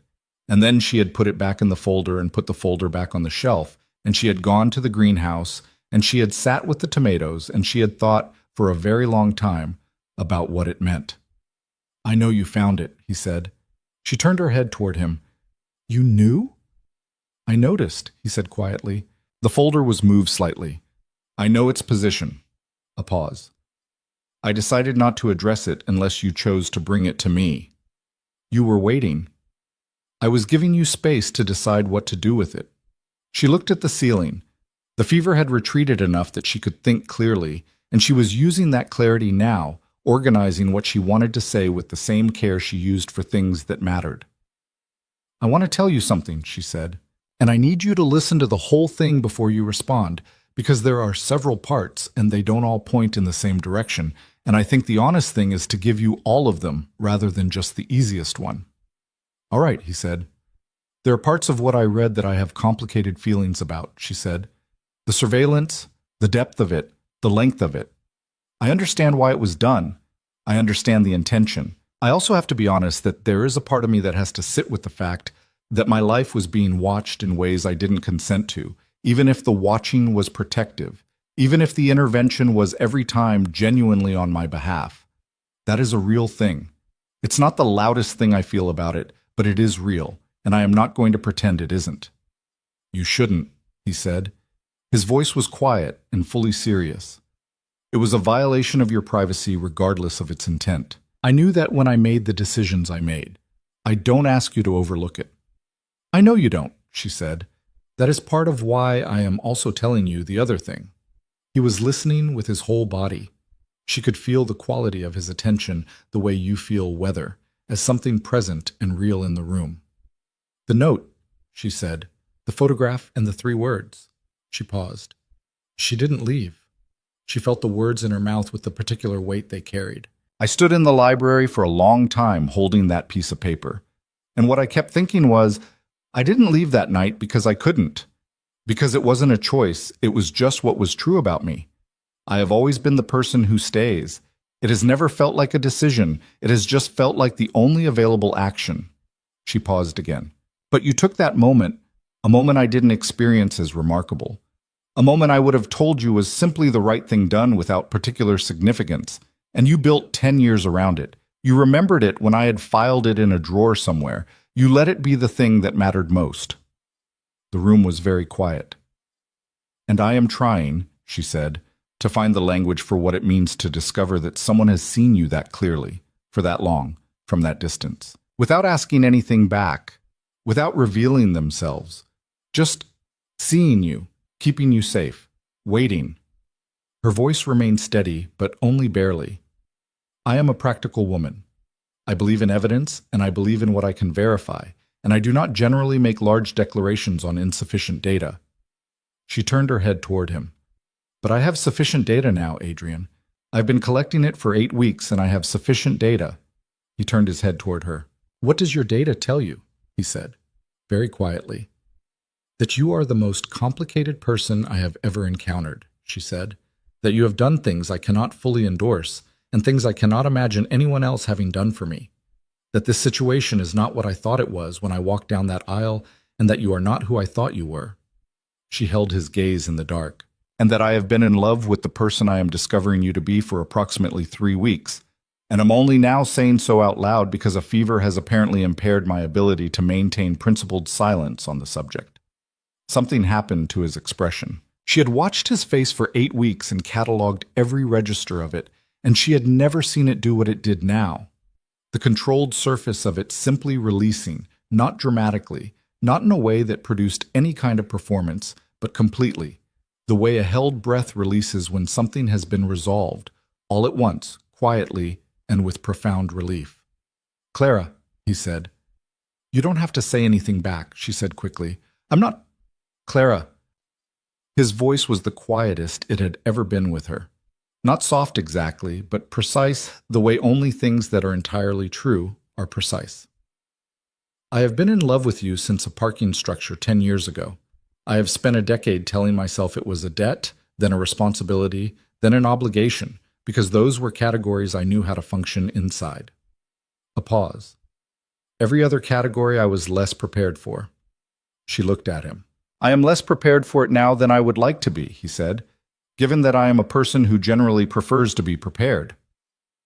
Something broke open in her chest, not painfully, not the breaking of something that should have stayed whole, but the breaking of something that had been keeping itself too tightly closed and had been ready to open for some time. She laughed, quietly and unexpectedly, and he looked at her with that expression she loved, the not quite amusement that was warmer than amusement, that was him being moved by something and allowing himself to show it. We are a remarkably inconvenient situation, she said. We are, he agreed. I still have complicated feelings about the surveillance, she said. That doesn't disappear because of this conversation. I know, he said. I'm not asking it to. And there are things about your work that we are going to have to talk about. Not tonight, but eventually. Yes, he said. We will. And I need you to understand that I am not a person who can be managed or protected without being informed. If there are threats, I need to know about them. If there are decisions that affect my life, I need to be part of making them. I understand that, he said. I am trying to learn it. She held his gaze. You're doing better than you were 8 weeks ago. You're a good teacher, he said. She turned back toward the ceiling. They lay side by side in the dark with 2 inches of space between them, and the quiet of the house settled around them, and she felt her fever-warm body beginning to further normalize, the interior temperature finding its way back to something reasonable. And she thought about everything that had been said and everything that was still to be navigated and felt, despite the considerable complexity of all of it, something she had not expected to feel in this house or with this man. She felt certain, not certain in the way of a conclusion reached and closed, certain in the way of a foundation being established, solid enough to build on, solid enough to stand on when the things that were still to come arrived and demanded to be dealt with. She fell asleep before she was aware of being tired. When she woke, the room was gray with early morning, and he was still there, not in the same position, turned slightly toward her, asleep. Finally, with the deep stillness of someone who had gone out completely and was not performing composure because he was unconscious, and composure was not required. She watched him for a moment in the gray light and felt the full quiet weight of everything. And then she got carefully out of bed and went to the bathroom and assessed herself in the mirror. Pale, eyes slightly tired, fever clearly broken, functional. She went downstairs and made coffee and stood at the kitchen window looking at the garden. And she thought about what came next. What came next arrived, as it turned out, faster than she had anticipated. 3 days after her fever broke, on a Tuesday afternoon when the sky was the particular gray-white of late autumn doing its best impression of winter, Reeves came to find her in the library with an expression that was professionally composed in the way that indicated something had happened that required composure to be professionally maintained. "There's been a development," he said. "Mr. Volkov asked me to bring you to the main office." She set down the journal. She looked at Reeves. "How serious?" "Serious," he said. The main office was a room she had not been in before.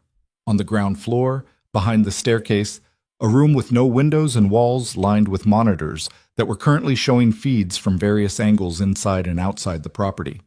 3 men she knew by sight, but not by name, were in the room when she entered, the particular quality of their attention indicating that whatever the situation was, it had everyone's focus. Adrian was at the desk, standing rather than sitting, looking at something on the central screen. He looked up when she came in, and his expression did the rapid assessment she had come to recognize, checking her, making sure she was all right, before returning to the situation at hand. And then he said, "Come look at this." She went to the desk. On the screen was a photograph. A man she didn't recognize, taken in what appeared to be a public space, talking to 2 other men whose faces were partially visible. One of the partially visible faces she did recognize after a moment. It was a man she had seen at the wedding reception, someone who had moved with the careful deliberateness of the people in Adrian's orbit. "The Markov network has made a move," Adrian said. His voice was the fully operational version, stripped of everything personal, fully focused. "They have approached 3 of my operational partners in the last 72 hours. Not with threats, with offers. They're trying to fracture your organization from the inside," she said. He looked at her. "Yes. Is it working?" "2 of the 3 came to me directly," he said. "The 3rd has not." He looked at the screen. "The 3rd has worked with me for 11 years. She heard what was beneath the operational tone. Not much, but enough. The particular weight of a betrayal that is not yet confirmed but that is becoming impossible to deny. "What are you going to do?" she asked. "I'm going to give him the opportunity to come to me himself," he said. 24 hours. If he doesn't, I'll need to address it directly." He looked at her. "I wanted you to understand what is happening, fully, not a managed version." She held his gaze. "Thank you for that." "The house security is increased as of this morning," he said. "I want you to stay in the main building for now, not the greenhouse." "All right," she said. She watched him. "Are you all right?" The room had 3 other people in it. He looked at her across the desk with 3 other people in the room and said, without any apparent concern for what 3 other people might observe or interpret, "I'm better now that you're in the room." She saw the 3 other men find immediate and urgent interest in the monitors. She kept her eyes on Adrian. "Okay," she said quietly. "Then I'll stay in the room." She did. The 24 hours that followed were the most operationally intense she had yet experienced in the house. A steady, controlled stream of information arriving and being processed. Conversations in low voices behind closed doors. Reeves moving through the building with quiet frequency. She stayed out of the way of things that were not her domain and in the room for the things that were keeping coffee coming, keeping herself available, understanding that her role in this specific situation was not operational but was not nothing, that presence itself was a kind of function. At the 23-hour mark, the 3rd man called. She was in the office when it happened, and she watched Adrian take the call, and she watched his face during it. He said very little. He listened mostly, and asked 3 short questions, and listened again, and at the end he said, quietly and without heat, "Come tomorrow morning. Bring what you have. We'll talk," and ended the call. He set the phone down. He looked at her. "He came," she said. "He came," he said. "He took their offer. And then he decided he didn't want to live with the alternative, which was? The alternative, Adrian said, was becoming the kind of person who would do that to someone who trusted him. He found he didn't want to be that person. She looked at him. What will happen to him? He will be removed from anything sensitive, he said. He will be given an exit. He will not be harmed. He said it plainly, without drama, as a simple statement of fact. I am not interested in punishment. I am interested in the situation being resolved. She had come to this house prepared, among other things, to discover that she was living adjacent to violence. She had prepared herself for that, had built a category for it, a way of holding the moral complexity of it at enough distance to continue functioning. She had found, instead, a man who was ruthless in the protection of what mattered to him and considerably less interested in brutality than his reputation suggested, who resolved things rather than destroyed them, wherever that was possible, who said, I am not interested in punishment, and meant it. The world had a story about Adrian Volkov. She had been given that story before she ever met him, in careful, cautious language, in the tone people used when describing things that frightened them. The story said, ruthless, dangerous, unmerciful. A man who used power the way a hammer uses nails. The man in front of her was those things, in certain registers and certain situations, and she did not deceive herself about that. But the man in front of her was also the man who had sat in a desk chair for 3 hours in the dark to make sure she had water, who had said, I am not interested in punishment about someone who had, by any operational standard, earned considerably worse, who had given her a room at the end of a hallway and called it hers. The world's story about him was not false. It was simply incomplete. And she was, she understood, the person who currently held the most complete version of it. That understanding sat with her through the remainder of that day and into the evening, which was quiet in the way that follows tension when the tension has been adequately addressed. A different quality of quiet than tension itself, something that had room in it. They ate dinner at the kitchen table and talked about things that were not the crisis, because the crisis had been contained for now, and the space that the crisis had been occupying needed something else put into it. She told him about her brother's daughter, 8 years old, possessed of opinions about everything, currently in a phase of wanting to be a marine biologist. He asked questions about the marine biology phase that were genuinely interested rather than politely so. He told her, tentatively at first, and then more fully when she asked follow-up questions, about a property in the north, farmland, 30 acres, that he had owned for 5 years and done nothing with because there had always been something more pressing. He described it with a quality in his voice she had not heard before, something that was almost shy, or the closest approximation of shy she had ever heard from him. She listened to the quality of it rather than the words, and understood that the property meant something to him that he had not admitted to anyone else. What would you do with it, she asked, if there was time? He looked at the table for a moment. Something quieter, he said, something that grows rather than controls. He looked up at her. I don't know how to be more specific than that yet. That's specific enough, she said. Later, standing in his hallway between their doors, that hallway that had been the geography of the careful distance they had maintained and were now maintaining differently, he turned toward her and she toward him, and there was a moment that was simply a moment, without agenda, without performance. Just two people at the end of a long and complicated day standing in a hallway that belonged to both of them. Clara, he said. I know, she said. Do you? She looked at him. You're going to tell me you're sorry. For the circumstances. For asking this of your family, of me. For the fact that the world outside this house is complicated in ways that I didn't sign up for. He looked at her steadily. Don't, she said. Not unkindly, with the particular gentleness of someone who means what they are saying completely. I am here. I am here by my own understanding now, which is different from being here by arrangement. The apology is noted and set aside. She held his gaze. What I want from you is not an apology. What I want from you is what I asked for in the greenhouse. The truth. All of it. Always.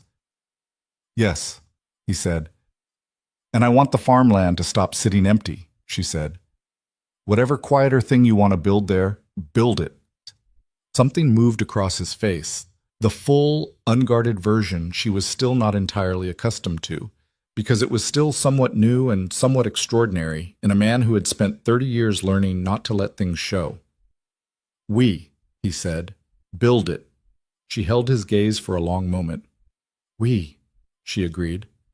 She turned and went into her room, and she stood at the window looking at the dark garden where the greenhouse sat with its light still on. Mrs. Hartley's timer, running through the night to manage the interior temperature for the plants. And she thought about 30 acres in the north and something that grows rather than controls, and a man who had loved her for 10 years from behind glass and was now, finally, being allowed to love her from the same room. She was not finished being complicated about all of it. The surveillance, the scholarship, the decade of watching, those were things she would continue to process, would bring to him again in moments when they needed to be looked at, would hold him accountable to as the ongoing practice of the honesty she had asked for. She was not a woman who resolved things by burying them, and she was not going to start. But she was also a woman who had stopped in a parking structure 10 years ago because leaving wasn't something she could do. And she was still that woman. And she was staying. The Markov network did not go quietly. Clara had understood, in the abstract, that the situation with the men at the gate and the fractured loyalty and the offers being made to Adrian's partners was not a thing that would resolve itself neatly in the span of a single tense evening.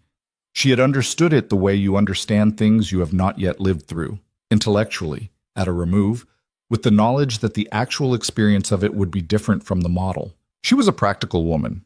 She had always known the gap between the model and the thing itself. What she had not fully modeled was the particular quality of the 3 weeks that followed. They were not dramatic in the way she had braced for. There were no confrontations in the house, no violence that arrived at the door, no moments that required the kind of acute crisis response she had been preparing herself for since she had understood the shape of the world she was living inside. What there was instead was a sustained grinding pressure, the kind that doesn't announce itself in single moments, but accumulates in the texture of daily life, in the slight increase of tension in every room, in the way Reeves moved through the house with a frequency and alertness that was measurably higher than his baseline, in the phone calls that came at odd hours and that Adrian took standing up rather than sitting down. She watched him carry it. That was the primary thing she did in those 3 weeks, alongside the ordinary things. The greenhouse, the library, the breakfast conversations that they maintained with a deliberateness that she understood was itself a kind of decision, a refusal to let the pressure collapse the ordinary structure of their days. She watched him carry what he was carrying, and she learned something new about him in the watching, that he was very good at it, and that being very good at it cost something, and that the cost was most visible in the hour before he slept, in the particular quality of his exhaustion in those last minutes of the evening when the operational discipline of the day had been released and what was underneath it became briefly visible. She stayed for those minutes. She made them a habit without discussing it, simply appearing, reliably, in the kitchen or the library or the hallway at the end of the day, available and undemanding and present, because she had told him she was the person who stays, and she intended to make that true in every register, including this one. He noticed. He didn't say so directly. That was not how he communicated the things that mattered most to him, she had learned. The things that mattered most arrived in the texture of his behavior rather than in declaration. But she felt it in the way the last hour of each day gradually became something he moved toward rather than simply arrived at. In the way the exhaustion in his face had something in it that was not only exhaustion. On a Thursday evening in the second week, sitting in the kitchen with tea long past midnight, while the house was quiet and the security team maintained its discreet perimeter outside, he told her what the Markov network actually wanted. It was not, as it turned out, purely territorial. It was not the simple calculation of one criminal organization absorbing the operational space of another. It was older than that and more personal, and it involved a decision Adrian had made 8 years ago, a decision that had ended a partnership and created in the person whose partnership had been ended a sustained and patient intention toward retribution that had waited for the right moment and had now, apparently, decided that this was it. A man named Gregor Voss, Adrian said. He was looking at the table rather than at her, and she understood this as the posture he took when telling her things that required the telling, but that he found difficult, not because they were operationally sensitive, but because they were personally so. He and I built the first significant structure of what I now operate, together, equally. What happened? He was quiet for a moment. Voss made a decision that would have required us to move against a civilian family, a specific family that owed a debt they couldn't pay. His position was that the debt was real, and the consequence was the appropriate one. He paused. I disagreed. She looked at him. I dissolved the partnership, he said. I absorbed the operational costs of doing so. They were considerable. And I cleared the family's debt from my own resources and made sure Voss understood that moving against them himself would be an unacceptable course of action. He looked up at her. He understood, and he left. And he spent 8 years building the Markov network, and now he believes the moment has arrived to demonstrate that my decision 8 years ago was a mistake. She sat with this for a moment. Was it? By the calculations of your world? He held her gaze. By the calculations of my world, it was strategically suboptimal, he said. I lost resources. I lost operational reach. I spent 2 years recovering the ground I'd ceded. By those calculations, it was a mistake. And by yours? By mine, he said. It was the only available decision. She looked at him across the kitchen table in the late-night quiet and thought about a man who operated in a world defined by ruthless calculation, choosing, 8 years ago, the option that cost him everything by that world's accounting because a family was going to be hurt, and he was the person who could prevent it. She thought about a parking structure, and she didn't leave, and she thought about the through line of it, the consistent, load-bearing fact of who he was underneath everything the world said he was. What are you going to do about Voss? She asked. I'm going to end it, he said. Not him, the network, the infrastructure he has built. There are legal mechanisms available to me now that weren't available 8 years ago. I have been working with certain parties over the last 2 years to establish the groundwork. He paused. It will take another few weeks, but it will be done properly, and it will be done permanently, and it will not require the kind of resolution that I am no longer interested in pursuing. She understood what he meant by the kind of resolution he was no longer interested in pursuing. She had understood, over 8 weeks of accumulating data, that he had been moving for longer than she had been in this house, driven by impulses she now understood had always been there, toward a different way of operating, away from the methods that his reputation was built on, not all at once, not cleanly, not without the complicated navigation of a world that didn't easily accommodate that kind of transition, but genuinely and with sustained intention. The farmland, she said. He looked at her. Is that part of it? The transition? He was quiet for a moment in the way that preceded his most honest answers. Yes, he said. I have been building towards something different for 2 years. What I do now, what I have been doing. It doesn't have to be the permanent condition. It was the condition I was in when I didn't have a better option, and I built it into something that functions, and it has functioned, but it is not what I want the rest of my life to look like. What do you want it to look like? She asked. He looked at her across the table with the fully unguarded expression that she was still, even now, still slightly unprepared for in its completeness. This, he said simply, this kitchen, this hour, you asking me questions I don't have prepared answers for. A pause. The farmland, something that grows. She held his gaze for a long moment. Then let's get through the next few weeks, she said, and then we'll go look at the farmland. He looked at her as though she had said something that required a moment to fully land. Together, she said, because she wanted to be clear. We'll go together. Yes, he said, and the way he said it was the way he had said, I intend to, when she told him to come back. And we, when she had said, build it, with the particular quality of a man receiving something he had not allowed himself to fully expect, and was now holding with enormous care. The resolution of the Markov network came not with violence, but with the particular finality of a structure being legally and permanently dismantled. On a Monday morning 3 weeks later, Reeves came into the library where Clara was reading and said that Mr. Volkov had asked her to come to the office, and she went. And when she entered the room, Adrian was standing at the desk with his phone in his hand and an expression on his face that she had never seen before. Or rather, she had seen its components separately, in fragments, but never assembled into this particular configuration. Relief was part of it, and exhaustion, the deep kind that follows a sustained effort that is finally concluded, and something else that was quieter and larger than both of those things. It's done, he said. She looked at him. Voss? In custody as of this morning. Federal jurisdiction.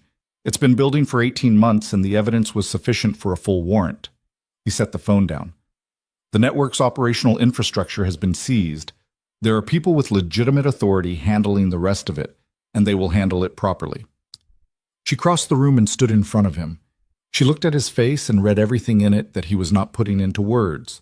The full accumulated weight of what the last month had cost him, and the thing that was now possible that had not been possible while that weight was being carried. "It's over," she said. "Yes," he said. She reached up and put her hand against the side of his face. It was the first time she had touched him that way, deliberately, not in the context of medical attention or the accidental proximity of shared space, but as herself, choosing it. And she felt the slight tension in him at the contact, and then the release of it, the way he leaned into it, almost imperceptibly, the way a person leans toward warmth without being aware they're doing it. "Good," she said. He put his hand over hers, and they stayed like that for a moment in the office, with the monitors dark and the house quiet, and the long, difficult chapter of the last month folding itself away into the past. And she felt something settle in the room around them, something that had been held taut for a very long time, finally finding its resting position. 2 days later, he came to find her in the library. She knew something specific was happening from the way he was standing, in the doorway, with a posture that was slightly more formal than his usual, a quality of deliberateness in his stillness that she had come to associate with moments of significant intention. He had a large envelope in his hand, the kind that comes from a lawyer's office, cream-colored and sealed. She set down her book. "What is that?" He crossed the room and set it on the table beside her. She looked at it without picking it up. On the front, in formal type, was her name, and below it his. And below that, the name of a legal firm she recognized as the one that had handled the marriage documentation. "Open it," he said. She picked it up. She opened it. Inside was a document of several pages, and she read the first page with the focused attention she brought to things that required understanding before response. And she understood before she finished the first page what it was. It was a dissolution, a full and legal termination of their marriage, prepared completely, requiring only her signature on the final page to be enacted. Every detail addressed. There were no shared assets in her name that she had not brought into the arrangement, and those were specifically protected in language that ensured she would leave with everything she had come with and nothing encumbered, clean, complete. Her exit, fully prepared, fully available, asking nothing of her except the decision. She looked up at him. He was standing at the window. He had moved while she was reading, giving her space to receive it without his eyes on her, looking out at the garden where the late autumn had taken most of the remaining leaves and left the trees in their winter shapes, spare and honest. "The threat is resolved," he said. His voice was steady. "What I asked you to do when I arranged this marriage, what your family agreed to, what you agreed to, was contingent on a situation that no longer exists.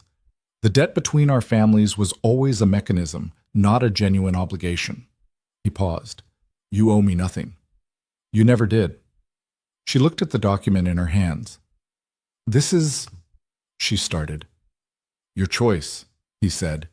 He turned from the window and looked at her, not with the blankness of the early days, not with the controlled surface that had been his primary defensive architecture when she first arrived, with the full, unguarded face she had spent 8 weeks learning and that she now knew as well as she knew her own. "I want to be absolutely certain," he said, "that whatever you choose to do next, you are choosing it. Not because there is pressure in either direction, not because of obligation or arrangement, or because you have been inside these walls long enough that this has come to feel like the only available reality." He held her gaze. "If you want to leave, this is how you leave, completely and without condition." She looked at him for a long moment.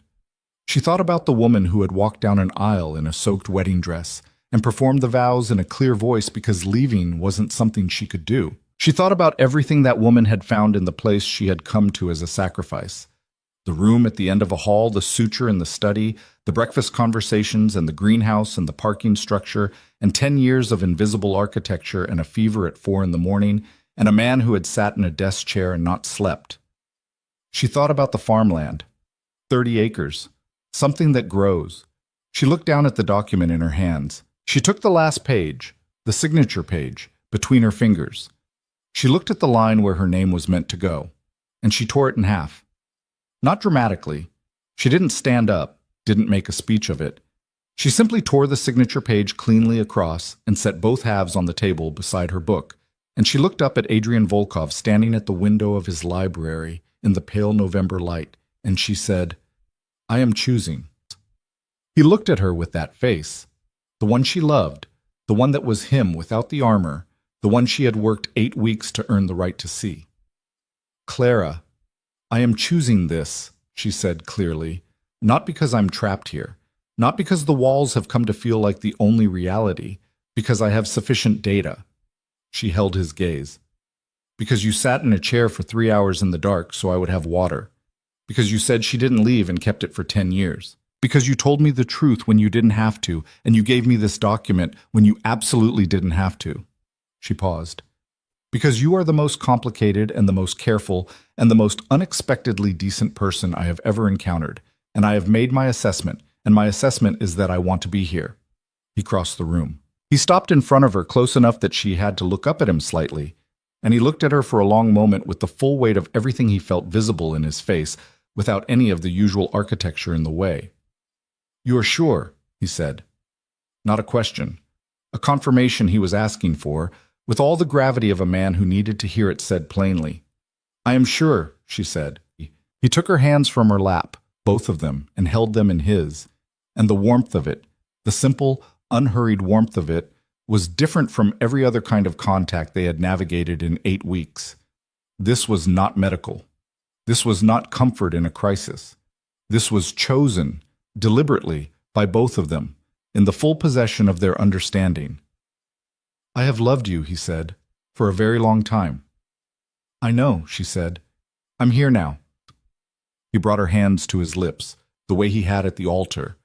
The same gesture, the same formality, but entirely different, because the altar had been performance and necessity, and this was neither. This was simply true. They went to see the farmland the following week. It was a 5-hour drive north through the city's outer boroughs, and then through the expanding countryside where the development thinned and the land began to reassert itself in the particular way of northern terrain, rolling and spare and honest, the kind of landscape that had no interest in being decorative and instead simply was what it was, completely. Clara sat in the passenger seat and watched it arrive around them and felt something in her chest loosen in a way that she hadn't anticipated. A response to space and sky and the absence of the city's constant insistence on itself. Adrian drove. He drove with the focused ease of someone who was good at most physical things he turned his attention to, one hand on the wheel, the other resting on the console between them. They talked intermittently, about the landscape, about the things she was noticing, about a conversation she'd had with her brother the day before, in which Daniel had been carefully and touchingly unable to ask the question he most wanted to ask, which was whether she was all right, and she had answered it anyway. Yes. Actually, yes. She had heard the relief in his silence, and it had sat warmly in her chest. She told Adrian this, and he listened and said, "Your brother is a good person." And she said, "He is. He was trying very hard to protect me from something I turned out not to need protecting from." And Adrian said quietly, "I know the feeling," and she laughed. The farmland appeared at the end of a gravel road that turned off the main road and climbed slightly before leveling out onto a flat, wide property with a farmhouse at its center. Old stone, good bones, windows that needed work, a roof that had been maintained better than the windows. Beyond the farmhouse, the land rolled away in 3 directions, brown and dormant in November, but with the particular quality of land that has been tended and would tend again in spring. They stood outside the car in the cold, clear air and looked at it. "It needs work," he said. "Everything worth having does," she said. He looked at her sideways with that expression, the warm one, the one she kept waiting to become ordinary, and that kept not becoming ordinary, kept arriving with its full weight every time. "I thought we might begin in the spring," he said. "The house first, and then the land." "What for the land?" He had thought about this. She could tell by the quality of the answer, which arrived without the pause that preceded his less prepared responses. "There's an organization in the city that works with families and housing transition," he said. They have a residential program, but their food security component is underfunded. Something like this, he gestured at the land, could supply it. She looked at the 30 acres and then at him. How long have you been planning that? Approximately 2 years, he said. I needed the other things to be resolved first. She turned back to the farmhouse. We'll need someone who knows about crops, she said. I know about greenhouse tomatoes, and that is the full extent of my agricultural expertise. I know someone, he said. Of course you do. She looked at him. You know someone for everything. Most things, he said. There were several things I did not know someone for until recently. She understood he meant her. She let herself receive it without deflecting, which was something she had been practicing. The deliberate choice not to minimize what he offered her, to let it land and be real rather than managing it back to a comfortable distance. I want to be part of building it, she said. Not adjacent to it, actually part of it. I know, he said. I would not have it any other way. And I want to go back to work. When things are stable. The emergency department, or something adjacent to it. I've been looking at a community clinic about 2 miles from the house that does underserved population work, and I think my background is well suited to what they need. He looked at her. You've already looked into it. I'm a practical woman, she said. I don't wait to start planning. No, he said, with the full version of the warm expression. You don't. They walked the perimeter of the property in the cold November air, their breath visible, the ground firm beneath them, and they talked about the farmhouse and the land and the clinic and the foundation and the things that would need to be done and in what order. And it was the most ordinary conversation she had had in months, the practical, detailed, forward-looking conversation of two people building something together. And it was, for that reason, perhaps the most extraordinary. 3 months later, on a Saturday morning, when the late winter was beginning to lose its confidence and the first tentative signals of spring were arriving in the light, if not yet in the temperature, they were married again. Not in a cathedral, not with 200 people performing composure in expensive clothes. In the farmhouse, which had been substantially renovated over the winter, with a focus on the things that mattered most, the structural, the functional, the warm, and which still smelled pleasantly of fresh paint and old stone, and the particular scent of a wood fire that had been going since early morning. There were 14 people. Her mother, whose expression when she had arrived the night before and seen Clara in the kitchen of the farmhouse laughing at something Adrian had said, had been the expression of a woman revising a significant number of her assumptions simultaneously. Her brother Daniel and his wife, and the 8-year-old who had opinions about marine biology, and who had determined, upon meeting Adrian, that he was acceptable primarily because he had answered her question about bioluminescent deep-sea creatures with what she described as actual information, and not just the stuff adults say when they don't really know. Mrs. Hartley, who had made the food, which was extraordinary, and who had declined to make a speech on the grounds that the food said everything she intended to say.